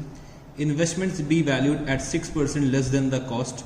All debtors except 20%, which are considered as doubtful, were good. Stock to be reduced to 94%. Goodwill to be valued at 1 year's purchase of the average profit of the past 5 years. Amrish share of profit to the date of death be calculated on the basis of average profits of the 3 completed years immediately preceding the year of death. फिर बच्चे the profit of the last 5 years are as follows. तो 2004, 5, 6, 7, 8, 23,000 rupees, 28,000 rupees, 18,000 rupees, 16,000 rupees और 20,000 rupees. The life policies have been shown at their surrender values representing 10% of the sum assured in each case. The annual premium of rupees 1,000 is payable every year on 1st August. Give necessary journal entries in the books of accounts and prepare the balance sheet of the reconstituted firm. तो बच्चे मेरे यहाँ पे 3 partners हैं, Amitabh, Abhishek and Amrish. तो बच्चे मेरे को यहाँ पे बैलेंस शीट दे रखी है। बैलेंस शीट में journal reserves, investment fluctuation reserve और एडवर्टाइजमेंट सस्पेंस दे रखा है, तो ये मेरे को डिस्ट्रीब्यूट करना पड़ेगा। फिर बच्चे अमरीश की डेथ हो जाती है 31 मार्च 2009 को। तो ये मेरी जो डेथ हो रही है वो बच्चे ड्यूरिंग द ईयर हो रही है। तो मेरे को from the date of balance sheet up to the date of death मेरे को प्रॉफिट कैलकुलेट करना पड़ेगा, प्रॉफिट या लॉस में शेयर कैलकुलेट करना पड़ेगा मेरे डिसीज्ड पार्टनर का। मेरे को यहाँ पे रीवैल्यूएशन करना पड़ेगा अपने एसेट्स का, रिजर्व्स को डिस्ट्रीब्यूट करना पड़ेगा, गुडविल का वैल्यूएशन करना पड़ेगा, और साथ में मेरे को इंडिविजुअल लाइफ पॉलिसी भी दे रखी है। तो इंडिविजुअल लाइफ पॉलिसी हम लोग सरेंडर वैल्यू पे दिखाते हैं अपने बैलेंस शीट में। और बच्चे सरेंडर वैल्यू जो रिप्रेजेंट कर रही है वो बच्चे 10% of the sum assured represent करती है। तो एनुअल प्रीमियम 1000 रुपये का जो हम लोग पे कर रहे हैं वो हम लोग 1 अगस्त को पे करते हैं। और मेरे पार्टनर की जो डेथ हो रही है वो 31 मार्च को हो रही है। तो मेरे को यहाँ पे नेसेसरी जर्नल एंट्रीज पास करनी है और मेरे को balance sheet of the reconstituted firm बनानी है। ठीक है जी, तो चलो हम लोग शुरू करते हैं। तो मेरे को यहाँ पे जर्नल एंट्रीज पास करनी है, बैलेंस शीट बनानी है। बट बच्चे हमें पता है कि भाई हम लोग अपने ऑर्डर को फॉलो करेंगे, तो मेरे को रीवैल्यूएशन अकाउंट तो बनाना पड़ेगा, क्योंकि रीवैल्यूएशन से रिलेटेड बहुत सारे एडजस्टमेंट्स हैं। तो सबसे पहले हम लोग चलो रीवैल्यूएशन अकाउंट बनाते हैं। मैं अपने ऑर्डर को फॉलो करूंगा। तो मैंने यहाँ पे क्या लिखा, question number 4, revaluation account. Revaluation account, तो मैं यहाँ पे रीवैल्यूएशन अकाउंट बनाने जा रहा हूँ। तो फटाफट से चलो हम लोग रीवैल्यूएशन अकाउंट बना लेते हैं। Revaluation account,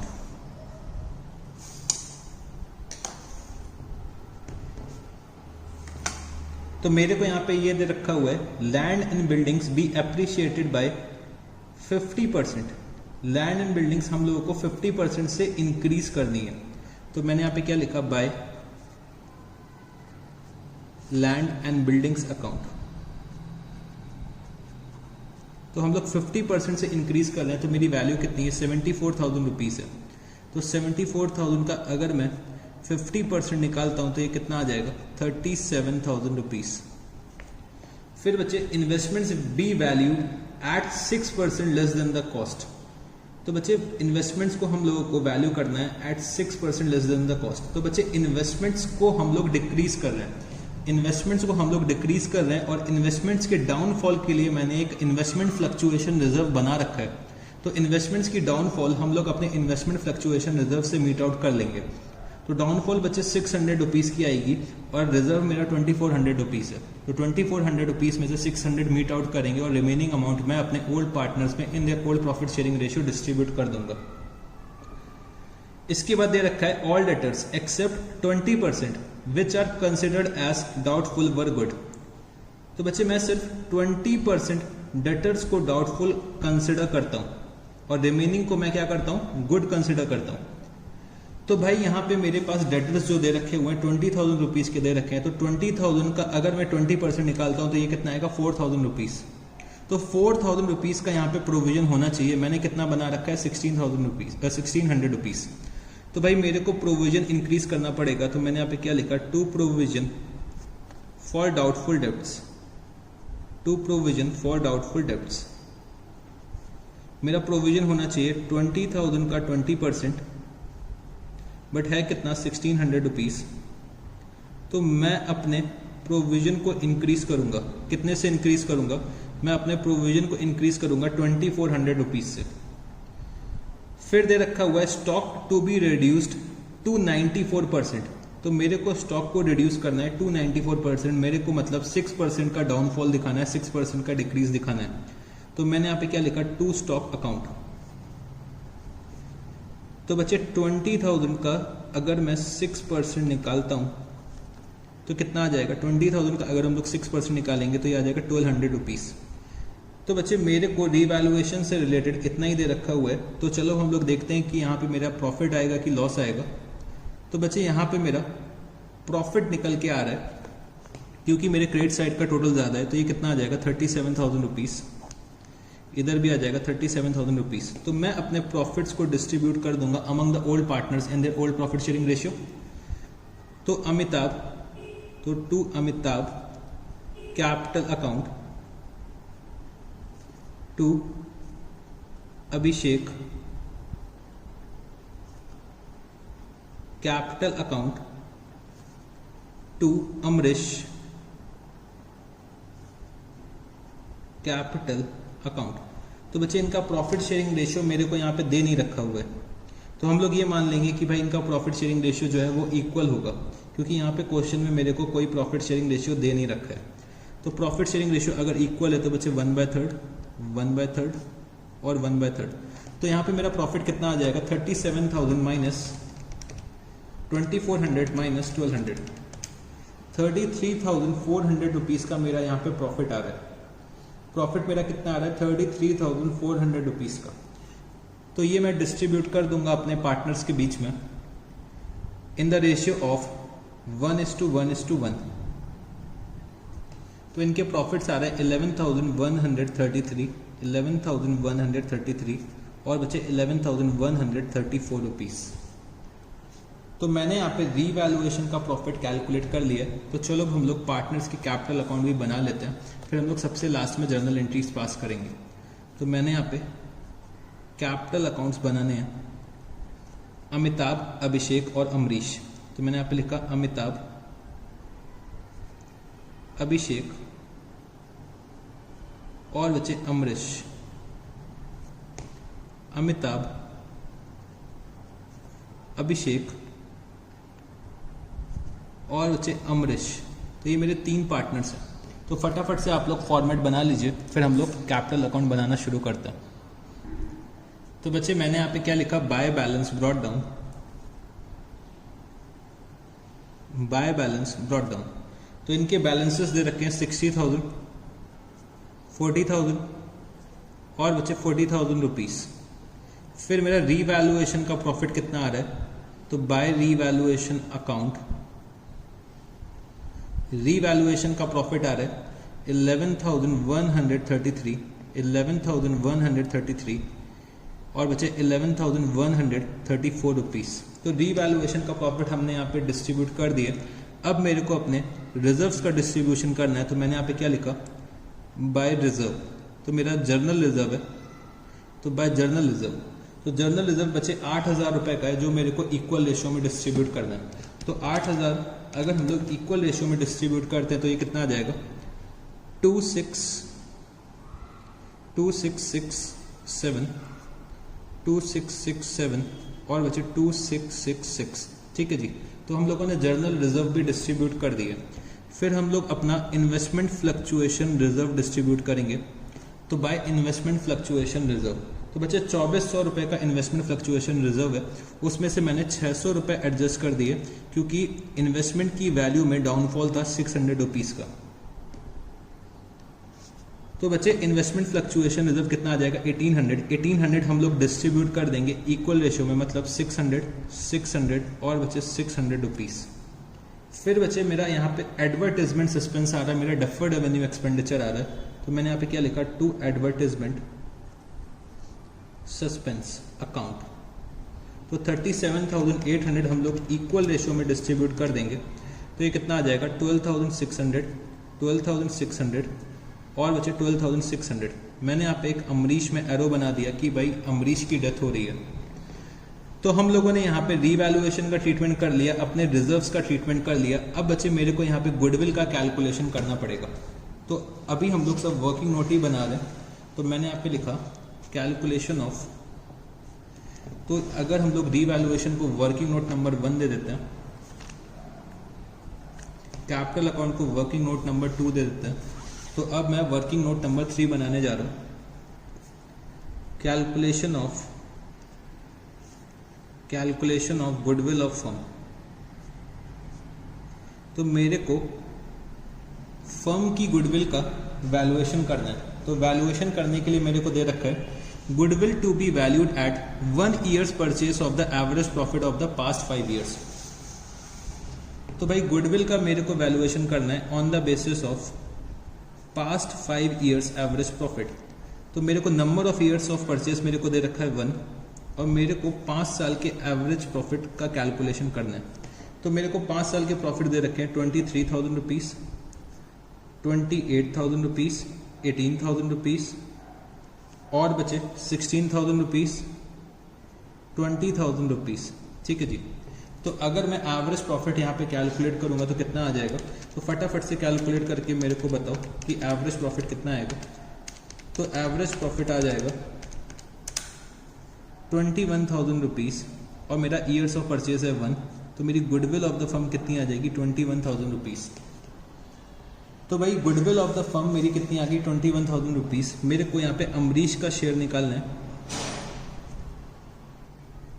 Amrish share is equal to 21,000 into 1/3, तो अमरीश का शेयर आ जाएगा 7,000 रुपीज़। तो बच्चे मेरे को यहाँ पे न्यू प्रॉफिट शेयरिंग रेशियो भी नहीं दे रखा है, तो हम लोग ये अज्यूम करेंगे कि भाई गेनिंग रेशियो भी इक्वल होगा। तो यहाँ पे अमिताभ और अभिषेक पेमेंट करेंगे, तो मैंने यहाँ पे लिखा by Amitabh's capital account by Abhishek's capital account. तो ये लोग पेमेंट कर रहे हैं 1:1 के रेशियो में। तो 7,000 रुपीज़ का पेमेंट है, तो बचे 3,500 रुपीज़ अमिताभ पे करेगा, 3,500 रुपीज़ अभिषेक पे करेगा। तो अमरीश को यहाँ पे शेयर ऑफ गुडविल रिसीव हो गया है। तो भाई इसकी करस्पॉन्डिंग एंट्री मैं इधर साइड लिख दूंगा to Amrish capital account 3,500 rupees और बचे 3,500 रुपीज़। तो हम लोगों ने यहाँ पे गुडविल का भी डिस्ट्रीब्यूशन कर दिया। अब बच्चे मेरे को यहाँ पे चेक करना है कि क्या आउटगोइंग पार्टनर से रिलेटेड कोई और अदर एडजस्टमेंट दे रखी हुई है। तो बच्चे मेरे को यहाँ पे शेयर ऑफ प्रॉफिट का भी कैलकुलेशन करना है। मेरे जो पार्टनर की डेथ हो रही है वो बच्चे ड्यूरिंग द ईयर हो रही है, तो अगर ड्यूरिंग द ईयर डेथ होती है तो मेरे को शेयर ऑफ प्रॉफिट का भी कैलकुलेशन करना पड़ेगा। तो share of profit up to the date of death. तो बच्चे मेरे को शेयर ऑफ प्रॉफिट का जो कैलकुलेशन करना है वो बच्चे मेरे को यहाँ पे दे रखा हुआ है कि Amrish share of profit to the date of death be calculated on the basis of average profit of the 3 completed years immediately preceding the year of death. तो बच्चे मेरे को यहाँ पे जो प्रॉफिट का कैलकुलेशन करना है on the basis of average profit of 3 years calculation करना है। तो मेरे को यहाँ पे 3 साल के प्रॉफिट्स कंसिडर करने हैं। तो मतलब मैं कंसिडर कौन से करूँगा 2006, 7 एंड 8। तो ये 3 साल का मेरे को एवरेज प्रॉफिट निकालना पड़ेगा। तो अगर मैं इन 3 साल का एवरेज प्रॉफिट निकालता हूँ तो कितना आ जाएगा 18,000 प्लस 16,000 प्लस 20,000 डिवाइडेड बाय 3। तो ये तो मेरा एवरेज प्रॉफिट आ गया। तो बच्चे मेरे को लास्ट 3 ईयर्स के प्रॉफिट्स को बेस बनाना है, तो वो मेरा यहाँ पे निकल के आ जाएगा। अब बच्चे यहाँ पे जो अमरीश की डेथ हो रही है वो कब हो रही है 31 मार्च 2009 को हो रही है। तो यहाँ पे अभी तक 3 मंथ्स कंप्लीट हुए हैं, तो इनटू 3/12 और अमरीश का प्रॉफिट शेयरिंग रेशियो कितना है 1/3। तो इतने में बच्चे क्या आएगा अमरीश का शेयर ऑफ प्रॉफिट निकल के आ जाएगा। तो अगर मैं यहाँ पे कैलकुलेट करता हूँ तो कितना आएगा 18,000 प्लस 16,000 प्लस 20,000। तो अगर हम लोग 18,000 प्लस 16,000 प्लस 20,000 करते हैं तो ये आ जाएगा मेरा 54,000 डिवाइडेड बाय 3। तो एवरेज प्रॉफिट तो मेरा आ रहा है 18,000 और बच्चे ये 3 से 3 कैंसिल हो जाएगा तो इंटू 1/12। तो ये कितना आ जाएगा 1,500 rupees. 1,500 rupees share of profit निकल के आ जाएगा अमरीश का। तो बच्चे यहाँ पे अगर आप लोग देखोगे तो कॉन्टिन्यूइंग पार्टनर्स का प्रॉफिट शेयरिंग रेशियो चेंज नहीं हो रहा है, तो हम लोग यहाँ पे profit and loss suspense account use कर सकते हैं। तो मैंने यहाँ पे क्या लिखा bye profit and loss suspense account और अमाउंट कितना है 1,500 रुपीज़ और ये मैंने कैलकुलेट करा है वर्किंग नोट नंबर 4 से। ठीक है जी। तो मैंने शेयर ऑफ प्रॉफिट भी कैलकुलेट कर लिया। अब बच्चे अब हम लोग आते हैं लाइफ पॉलिसी पे। तो लाइफ पॉलिसी के लिए मैं अब बनाने जा रहा हूँ working note number 5। Working note number 5। तो मैंने यहाँ पे लिखा treatment of life policy. Treatment of life policy. तो लाइफ पॉलिसी का अब मेरे को यहाँ पे ट्रीटमेंट करना है। तो बच्चे लाइफ पॉलिसी हम लोगों ने सारे पार्टनर्स की इंडिविजुअली ले रखी हुई है। तो अमिताभ, अभिषेक और अमरीश की सरेंडर वैल्यू कितनी आ रही है 2,500 और 1,000 रुपीज़। और मेरे को यहाँ पे दे रखा हुआ है कि भाई जो हम लोग प्रीमियम पे करते हैं वो 1 अगस्त को पे करते हैं। तो मतलब अभी मेरा 1 अगस्त को प्रीमियम ड्यू नहीं हुआ होगा, क्योंकि भाई डेथ जो है वो 31 मार्च को हो गई थी। बट बच्चे अमरीश की डेथ हो रही है तो अमरीश की जो पॉलिसी है वो क्या हो जाएगी, मैच्योर हो जाएगी। तो अमरीश की पॉलिसी पे मेरे को क्या कंसिडर करना पड़ेगा, मेरे को सम एश्योर्ड कंसिडर करना पड़ेगा। तो भाई अमरीश की पॉलिसी पे हम लोग सम एश्योर्ड कंसिडर करेंगे। और बच्चे अमिताभ और अभिषेक अपनी पॉलिसी को कंटिन्यू करेंगे एट सरेंडर वैल्यू। अमिताभ और अभिषेक अपनी पॉलिसी को कंटिन्यू करेंगे एट सरेंडर वैल्यू। तो भाई अमिताभ और अभिषेक की पॉलिसी की जो सरेंडर वैल्यू है उसमें जो अमरीश का शेयर होगा, अमरीश के लीगल हायर्स का शेयर होगा, वो हमें क्या करना पड़ेगा, पे करना पड़ेगा। तो पेमेंट कौन करेंगे, अमिताभ और अभिषेक इन देयर गेनिंग रेशियो। ठीक है जी। तो चलो हम लोग यहाँ पे शेयर निकालते हैं। तो भाई अमरीश की डेथ हो रही है तो अमरीश की पॉलिसी क्या हो जाएगी, मैच्योर हो जाएगी। तो अमरीश की डेथ पे अमरीश की पॉलिसी मैच्योर हो जाएगी। तो अमरीश लाइफ पॉलिसी अगर मैच्योर होती है तो अमरीश की लाइफ पॉलिसी में बच्चे हमें कितना रिसीव होगा। तो मेरे को ये पता है कि भाई लाइफ पॉलिसी की जो सरेंडर वैल्यू है वो रिप्रेजेंट करती है 10% ऑफ द सम एश्योर्ड। तो अमरीश लाइफ पॉलिसी अगर मैं सम एश्योर्ड कैलकुलेट करता हूँ तो सम एश्योर्ड कितना आ जाएगा, सम एश्योर्ड बच्चे आ जाएगा 1000 डिवाइडेड बाय 10%। बच्चे 1000 रुपीज कितने को रिप्रेजेंट करता है, 10% को रिप्रेजेंट करता है। तो अमरीश की लाइफ पॉलिसी की सम एश्योर्ड कितनी आ जाएगी, सम एश्योर्ड आ जाएगा बच्चे 10,000 रुपये। तो 10,000 रुपये मेरे को इंश्योरेंस कंपनी से रिसीव होगा, 10,000 रुपये मेरे को इंश्योरेंस कंपनी से रिसीव होगा। अब यहाँ पे अगर देखो अमरीश की लाइफ पॉलिसी का अगर मैं यहाँ पे अकाउंट बनाता हूँ तो अमरीश की life policy as an asset दिखा रहे हैं। तो बच्चे यहाँ पे 1,000 रुपये का डेबिट आ रहा होगा और 10,000 रुपये मेरे को इंश्योरेंस कंपनी से रिसीव हुए होंगे। 1,000 का डेबिट है, 10,000 रुपये रिसीव हुए हैं, तो मेरे को यहाँ पे 9,000 रुपीज़ का डिस्ट्रीब्यूशन करना पड़ेगा, जो भी एक्सेस निकल के आएगा। तो 9,000 रुपीज़ हम लोग अपने ओल्ड पार्टनर्स में ओल्ड प्रॉफिट शेयरिंग रेशियो में डिस्ट्रीब्यूट कर देंगे। तो मैंने यहाँ पे क्या लिखा, मैंने यहाँ पे लिखा bye life policy of Amrish. तो लाइफ पॉलिसी ऑफ अमरीश, तो बच्चे मैं यहाँ पे 9,000 रुपीज़ डिस्ट्रीब्यूट करने जा रहा हूँ। तो 9,000 रुपीज़ मैं इक्वल रेशियो में डिस्ट्रीब्यूट करूंगा, मतलब 3,000 रुपीज़, 3,000 रुपीज़ और बच्चे 3,000 रुपीज़। ठीक है जी। अब मैं आता हूँ अमिताभ और अभिषेक की पॉलिसी में। तो अमिताभ और अभिषेक अपनी पॉलिसी थोड़ी ना सरेंडर करेंगे अमरीश की डेथ में, बट अमिताभ और अभिषेक की पॉलिसी में अमरीश के लीगल हायर्स का भी राइट होगा। तो जो भी सरेंडर वैल्यू होगी बच्चे, सरेंडर वैल्यू पे जो भी अमरीश के लीगल हायर्स का राइट होगा वो हमें क्या करना पड़ेगा, पे करना पड़ेगा। तो अगर मैं यहाँ पे अमिताभ की पॉलिसी की सरेंडर वैल्यू देखता हूं तो अमिताभ पॉलिसी सरेंडर वैल्यू अगर मैं कंसिडर करता हूं तो ये कितनी दे रखी है, 2500 रुपीज। अभिषेक की जो पॉलिसी है उसकी सरेंडर वैल्यू जो दे रखी है वो भी 2500 रुपीज दे रखी है।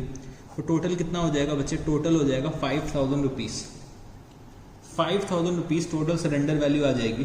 तो भाई इस सरेंडर वैल्यू पे जो भी शेयर बनेगा यहाँ पे अमरीश के लीगल हायर्स का, वो हमें क्या करना पड़ेगा, पे करना पड़ेगा। तो अगर हम लोग यहाँ पे अमरीश का शेयर निकालते हैं तो Amrish share is equal to 5,000 into 1/3। Amrish का शेयर कितना हो जाएगा, 1/3 का शेयर हो जाएगा अमरीश का। तो 5,000 इंटू 1/3 अगर मैं करता हूँ तो ये आ जाएगा मेरा 1666। तो 1666 का पेमेंट अमरीश को किया जाएगा। और कौन पेमेंट करेंगे, अमिताभ और अभिषेक इन देयर गेनिंग रेशियो। तो गेनिंग रेशियो क्या है इनका, 1:1 का है। तो मैंने यहाँ पे क्या लिखा, by Amitabh's capital account by Abhishek's capital account. तो ये लोग पेमेंट कर रहे हैं 1:1 के रेशियो में। तो 1666 का पेमेंट करना है तो दोनों ही 833 का पेमेंट करेंगे, मतलब 833 रुपए का पेमेंट दोनों पार्टनर्स अमरीश के लीगल हायर्स को करेंगे। तो मैंने यहाँ पे क्या लिखा, टू अमरीश कैपिटल अकाउंट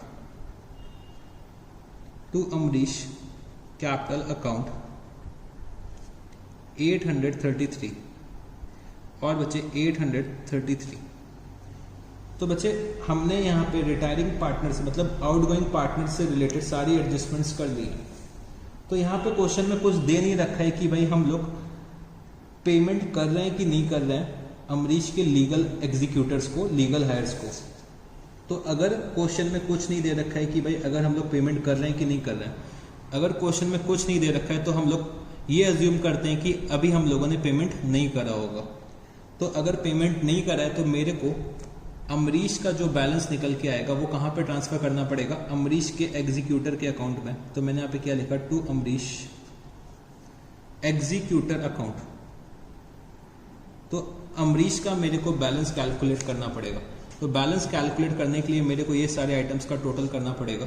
तो अगर हम लोग टोटल करते हैं तो कितना आ जाएगा, 40,000 plus 11,134 plus 2,666 plus 600 plus 7,000 plus 1,500 plus 3,000 plus 833 plus 833।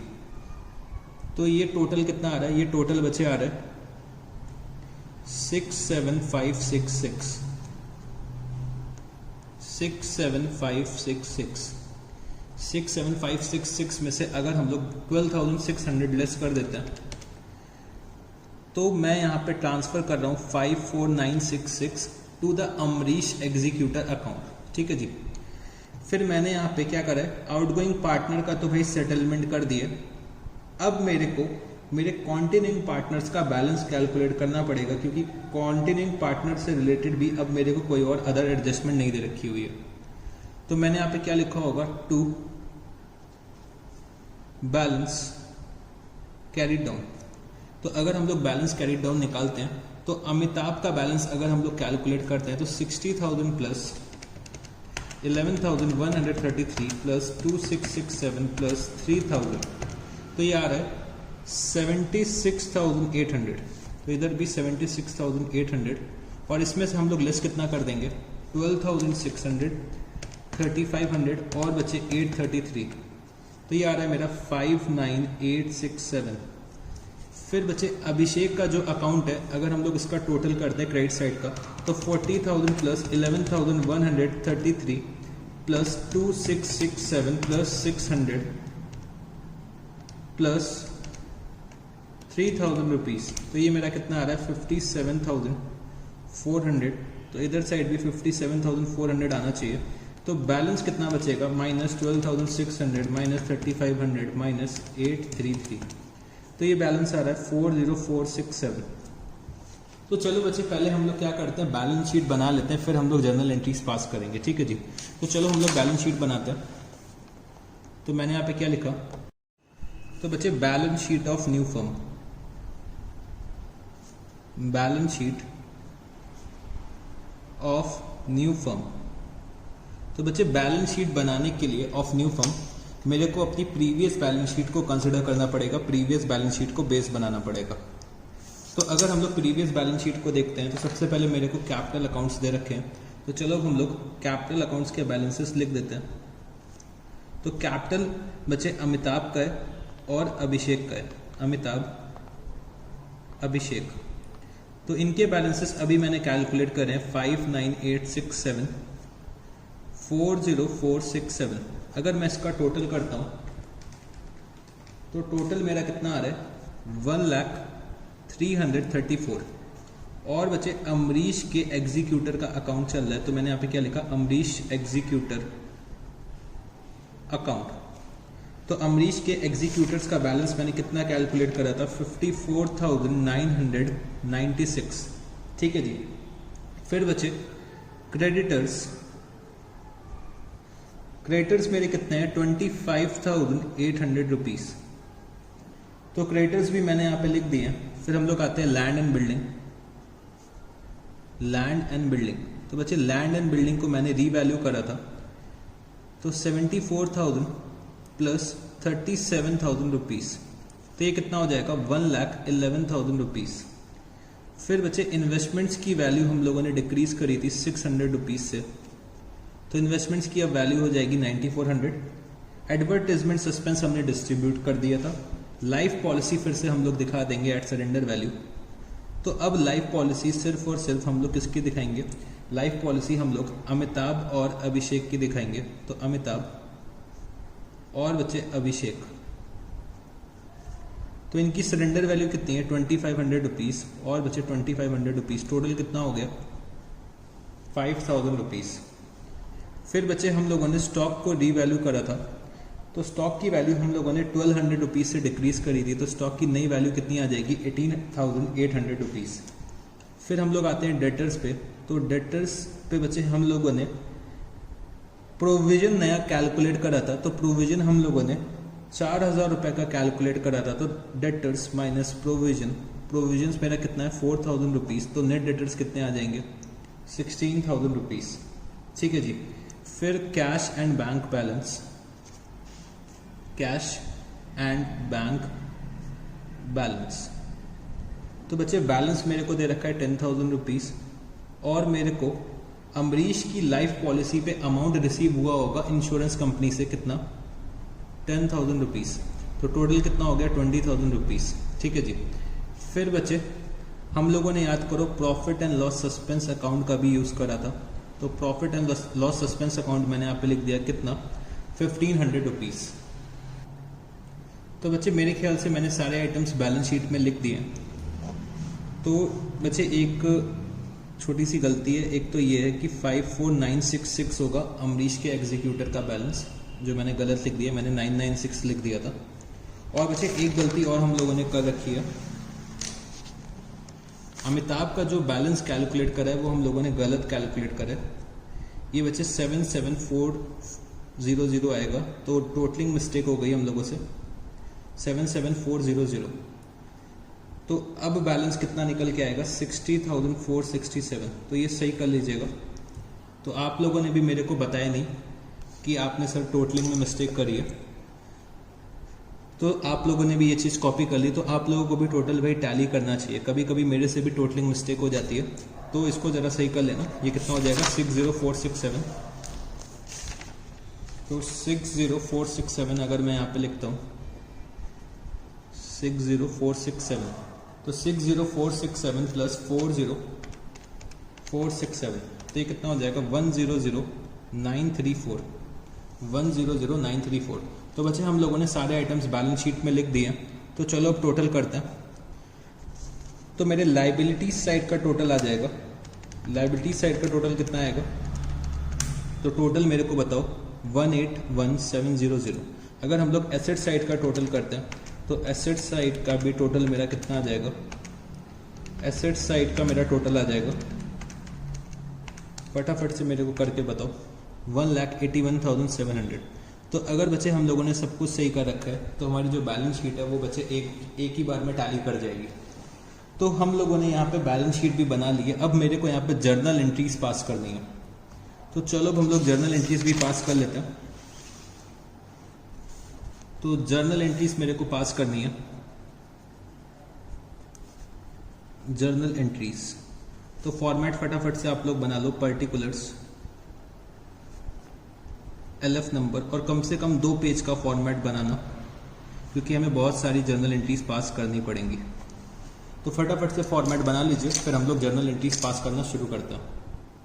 तो आप लोगों ने फॉर्मेट बना लिया होगा, तो अब हम लोग जर्नल एंट्रीज पास करना शुरू करते हैं। तो हम लोग रीवैल्यूएशन से स्टार्ट करेंगे। तो रीवैल्यूएशन अकाउंट आप लोग ओपन करिएगा। तो रीवैल्यूएशन अकाउंट बच्चे मैंने यहाँ पे बना रखा है।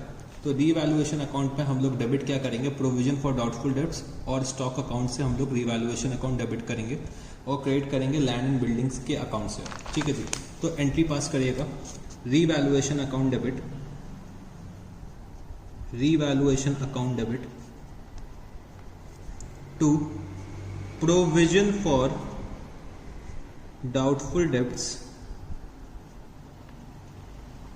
To stock account. तो बच्चे प्रोविजन हम लोगों ने इंक्रीज करा था 2400 रुपीज़ से, और स्टॉक को हम लोगों ने डिक्रीज करा था 1200 रुपीज़ से। तो टोटल कितना हो गया 3600 रुपीज़। तो मैंने यहाँ पे क्या लिखा, being provision created and stock revalued. ठीक है जी। फिर बच्चे हम लोगों ने लैंड एंड बिल्डिंग्स अकाउंट को डेबिट करा है और रीवैल्यूएशन अकाउंट को क्रिएट करा है। अमाउंट है बच्चे, अमाउंट है 37,000 रुपीज। 37,000 रुपीज मैंने यहाँ पे क्या लिखा, being land and building, being land and building revalued. तो हम लोगों ने यहाँ पे लैंड एंड बिल्डिंग को रीवैल्यू करा है। अब बच्चे जो भी प्रॉफिट आएगा रीवैल्यूएशन का वो मेरे को अपने ओल्ड पार्टनर्स में ओल्ड प्रॉफिट शेयरिंग रेशियो में डिस्ट्रीब्यूट करना पड़ेगा। तो revaluation account debit to Amitabh's capital account, to Abhishek's capital account, to Amrish capital account. ठीक है जी। तो ये हम लोग डिस्ट्रीब्यूट कर देंगे इन द रेशियो ऑफ 1:1:1। तो प्रॉफिट मेरा कितना आ रहा था, प्रॉफिट मेरा आ रहा था 33,400 रुपीज और हम लोग यहाँ पे कितना लिख देंगे 11,133, 11,133, 11,134। तो मैंने यहाँ पे क्या लिखा, being revaluation profit, revaluation profit distributed, being revaluation profit distributed. तो हम लोगों ने बच्चे यहाँ पे रीवैल्यूएशन के प्रॉफिट्स डिस्ट्रीब्यूट कर दिए हैं। अब हम लोग अपने रिजर्व्स की तरफ चलते हैं। तो मेरे को जर्नल रिजर्व दे रखा हुआ है, इन्वेस्टमेंट फ्लक्चुएशन रिजर्व दे रखा हुआ है। तो मैंने यहाँ पे क्या लिखा, journal reserve account debit, journal reserve account debit, investment fluctuation reserve account debit, investment fluctuation reserve account debit. बच्चे इन्वेस्टमेंट फ्लक्चुएशन रिजर्व से पहले हम लोग इन्वेस्टमेंट्स की वैल्यू एडजस्ट करेंगे। तो मैंने यहाँ पे क्या लिखा, to investments account, to Amitabh's capital account, to Abhishek's capital account, और बचे to Amrish capital account.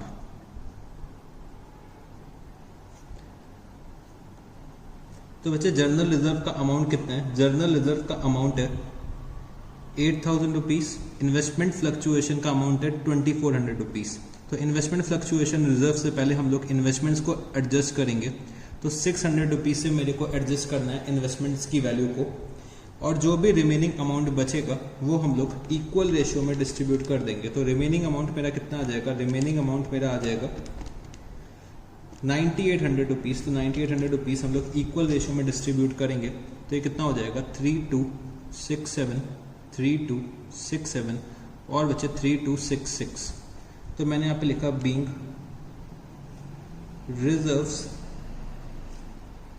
Distributed, being reserves distributed. तो बच्चे हम लोगों ने यहाँ पे रिजर्व्स को डिस्ट्रीब्यूट कर दिए। अब मेरे को अपने डेफर्ड रेवेन्यू एक्सपेंडिचर्स को भी डिस्ट्रीब्यूट करना है। तो मैंने यहाँ पे क्या लिखा, Amitabh's capital account debit, Abhishek's capital account debit, Amrish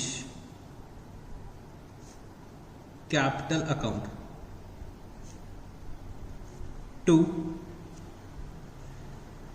advertisement suspense account, advertisement suspense account. तो ये हम लोग इक्वल रेशियो में डिस्ट्रीब्यूट करेंगे। तो अमाउंट कितना है 37,800। तो ये हम लोग कितना डिस्ट्रीब्यूट कर देंगे 12,600, 12,600 और बचे 12,600।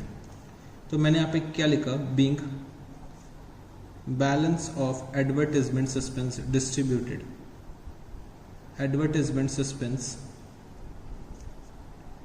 डिस्ट्रीब्यूटेड। तो हम लोगों ने यहाँ पे रीवैल्यूएशन रिजर्व्स और डेफर्ड रेवेन्यू एक्सपेंडिचर का ट्रीटमेंट कर लिया है। अब बच्चे मेरे को यहाँ पे गुडविल का डिस्ट्रीब्यूशन करना है।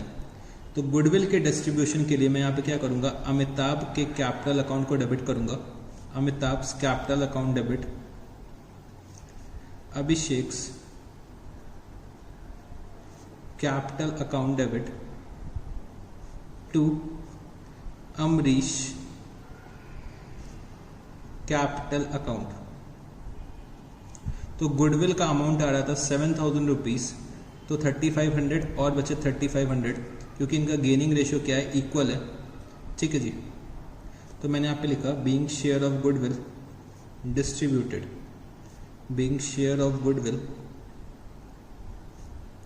डिस्ट्रीब्यूटेड। तो गुडविल भी हम लोगों ने डिस्ट्रीब्यूट कर दी है। अब मेरे को आउटगोइंग पार्टनर से रिलेटेड अदर एडजस्टमेंट्स का ट्रीटमेंट करना है। तो चलो हम लोग profit and loss up to the date of death distribute करते हैं। तो मैंने यहाँ पे क्या यूज करा था, profit and loss suspense account,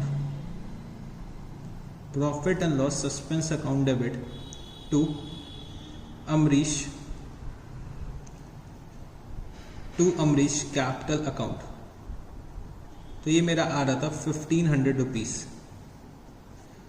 तो मैंने यहाँ पे लिखा being share of profit distributed, being share of profit distributed. फिर बचे यहाँ पे अमरीश की जो लाइफ पॉलिसी है वो मैच्योर हो जाएगी। तो अगर लाइफ पॉलिसी अमरीश की मैच्योर होती है तो बचे मेरे को इंश्योरेंस कंपनी से सम एश्योर्ड रिसीव होगा, मैच्योरिटी वैल्यू रिसीव होगी। तो मैंने यहाँ पे क्या लिखा, bank account debit, bank account debit to individual life policy, या फिर मैं लिख सकता हूं लाइफ पॉलिसी ऑफ अमरीश। तो मेरे को यहाँ पे 10,000 रुपीज रिसीव हुए होंगे, 10,000 रुपीज मेरे को यहाँ पे रिसीव हुए हैं। फिर बचे मैंने यहाँ पे क्या लिखा, being sum assured received, being sum assured received on death of Amrish, on death of Amrish. फिर बचे जो भी बैलेंस बचेगा लाइफ पॉलिसी ऑफ अमरीश के अकाउंट का, वो हमें डिस्ट्रीब्यूट करना पड़ेगा among the old partners in their old profit sharing ratio. तो मैंने यहाँ पे क्या लिखा, life policy of Amrish account debit. ये बच्चे हम लोग इसलिए डिस्ट्रीब्यूट करते हैं क्योंकि प्रीमियम जो है वो फर्म पे कर रही है और फर्म के बच्चे तीनों ही बंदे पार्टनर्स हैं। तो मैंने यहाँ पे क्या लिखा, to Amitabh capital account, to Amitabh capital account to Abhishek capital account, to Abhishek capital account to Amrish capital account. तो बच्चे बैलेंस निकल के आ रहा था 9,000 रुपीज, जो हम लोगों ने डिस्ट्रीब्यूट करा था 1:1:1 के रेशियो में, मतलब 3,000 रुपीज, 3,000 रुपीज और बच्चे 3,000 रुपीज। तो मैंने यहाँ पे क्या लिखा, being balance of life policy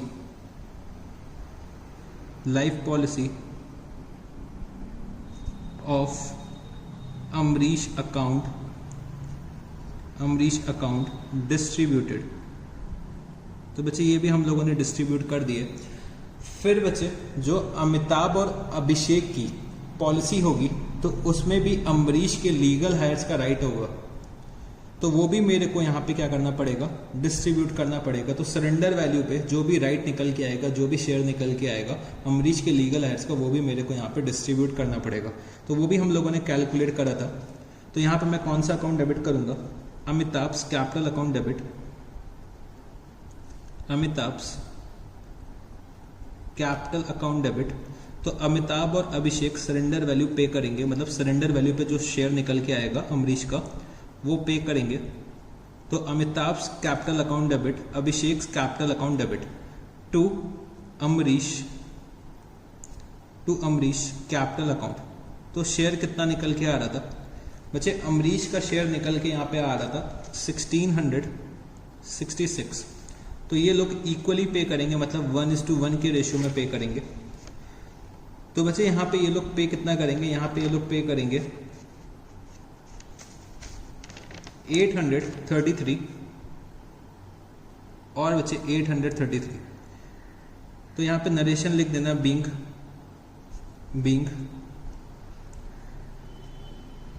surrender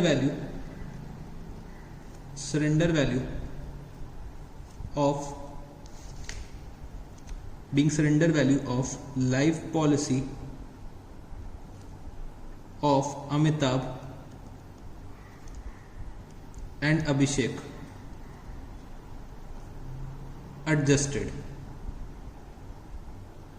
ठीक है जी, तो ये नरेशन लिख देना being surrender value of life policy of Amitabh and Abhishek adjusted. ठीक है जी, फिर इसके बाद जो भी रिमेनिंग अमाउंट बचेगा मेरे आउटगोइंग पार्टनर का, जो भी रिमेनिंग अमाउंट बचेगा मेरे आउटगोइंग पार्टनर का, वो हमें कहाँ पे ट्रांसफर करना पड़ेगा? आउटगोइंग पार्टनर के एग्जीक्यूटर के अकाउंट में। तो मैंने यहाँ पे क्या लिखा? Amrish capital account debit, Amrish capital account debit to Amrish executor account, to Amrish executor account. तो बैलेंस कितना निकल के आ रहा था बच्चे? बैलेंस निकल के आ रहा था 54966, 54966। तो हम लोगों ने बैलेंस ट्रांसफर करा है from the capital account of Amrish to the executor account of Amrish. तो being amount due to Amrish transfer to his executors account, transfer to his executors account। तो बच्चे हम लोगों ने यहाँ पे अमरीश का अमाउंट अमरीश के एग्जीक्यूटर्स के अकाउंट में ट्रांसफर कर दिए। और बच्चे मेरे को कॉन्टिन्यूइंग पार्टनर से रिलेटेड अदर कोई एडजस्टमेंट नहीं दे रखी है, तो मेरे को बस इतनी ही जर्नल एंट्रीज पास करनी थी। तो मैंने यहाँ पे क्वेश्चन नंबर 4 जो है वो भी कंप्लीट कर लिया। तो बच्चे क्वेश्चन नंबर 4 को कंप्लीट करने में मेरे ख्याल से मेरे को अप्रॉक्स 40 मिनट्स के आसपास लग गए। तो अगर ऐसा क्वेश्चन हमारे एग्जाम में आता है, अगर इस टाइप का क्वेश्चन हमारे एग्जाम में आता है, तो बच्चे ये कम से कम 30 मिनट्स हमारा ले लेगा। बच्चे 40 मिनट्स तो हमें इसलिए लगे कि भाई मैंने आपको समझा के पूरा क्वेश्चन सॉल्व करा है। अगर मैं क्विकली सॉल्व करूंगा तब भी मेरे को कम से कम 30 मिनट्स इस क्वेश्चन को सॉल्व करने के लिए लगेंगे। और अगर ये क्वेश्चन हमारे एग्जाम में आता है तो कम से कम 16 मार्क्स का आएगा। 16 मार्क्स का एटलीस्ट ये क्वेश्चन हमारे एग्जाम में आएगा, कभी कभी 20 मार्क्स में भी आ जाता है। तो जैसे कि मैंने आपको बताया था कि एक क्वेश्चन हमारे एग्जाम में पॉसिबिलिटी होती है कि भाई 20 मार्क्स का आएगा, तो वो तो बच्चे या तो एडमिशन से आएगा, मतलब एडमिशन से आएगा, या डेथ से आएगा, या फिर रिटायरमेंट से आएगा, या फिर फाइनल अकाउंट से आएगा। सबसे ज़्यादा पॉसिबिलिटी 20 मार्क्स के क्वेश्चन की पार्टनरशिप अकाउंट से रहती है या फिर फाइनल अकाउंट से रहती है। तो फाइनल अकाउंट से अगर क्वेश्चन आएगा तो कम से कम भाई 20 से 25 मिनट वो भी लेगा अगर 20 मिनट्स का क्वेश्चन आता है फाइनल अकाउंट से। और अगर पार्टनरशिप अकाउंट से भी अगर 20 मार्क्स का क्वेश्चन आता है तो वो भी कम से कम 25 से 30 मिनट, 20 से 30 मिनट मतलब आराम से लग जाएगा हमें 20 मार्क्स का क्वेश्चन सॉल्व करने के लिए। तो 20 मार्क्स का क्वेश्चन बच्चा थोड़ा सा बड़ा होता है, थोड़ा सा काम जो है वो हम लोगों से थोड़ा सा ज़्यादा करवाते हैं। तो इस टाइप के क्वेश्चन आपके एग्जाम में आ सकते हैं। तो इस क्वेश्चन को सॉल्व करने में हमें अप्रॉक्स 40 मिनट लगा है। तो अगर मैं बहुत जल्दी भी करता तो मेरे को अप्रॉक्स 30 मिनट्स तो लगते ही, with proper working notes along with बच्चे प्रॉपर प्रेजेंटेशन। ठीक है जी। तो ये क्वेश्चन, इस टाइप के क्वेश्चन आपके एग्जाम में आ सकते हैं। ठीक है जी। तो क्वेश्चन नंबर 4 हम लोगों ने यहाँ पे कंप्लीट कर लिया। तो चलो आप लोग क्या करिए, ब्रेक ले लीजिए 10-15 मिनट का, चाय कॉफ़ी पी लीजिए, फिर हम लोग ब्रेक के बाद मिलते हैं और ब्रेक के बाद हम लोग कुछ और क्वेश्चंस डिस्कस करेंगे। ठीक है जी। तो चलो भाई आप लोग क्या करो, ब्रेक ले लो, फिर हम लोग ब्रेक के बाद मिलते हैं।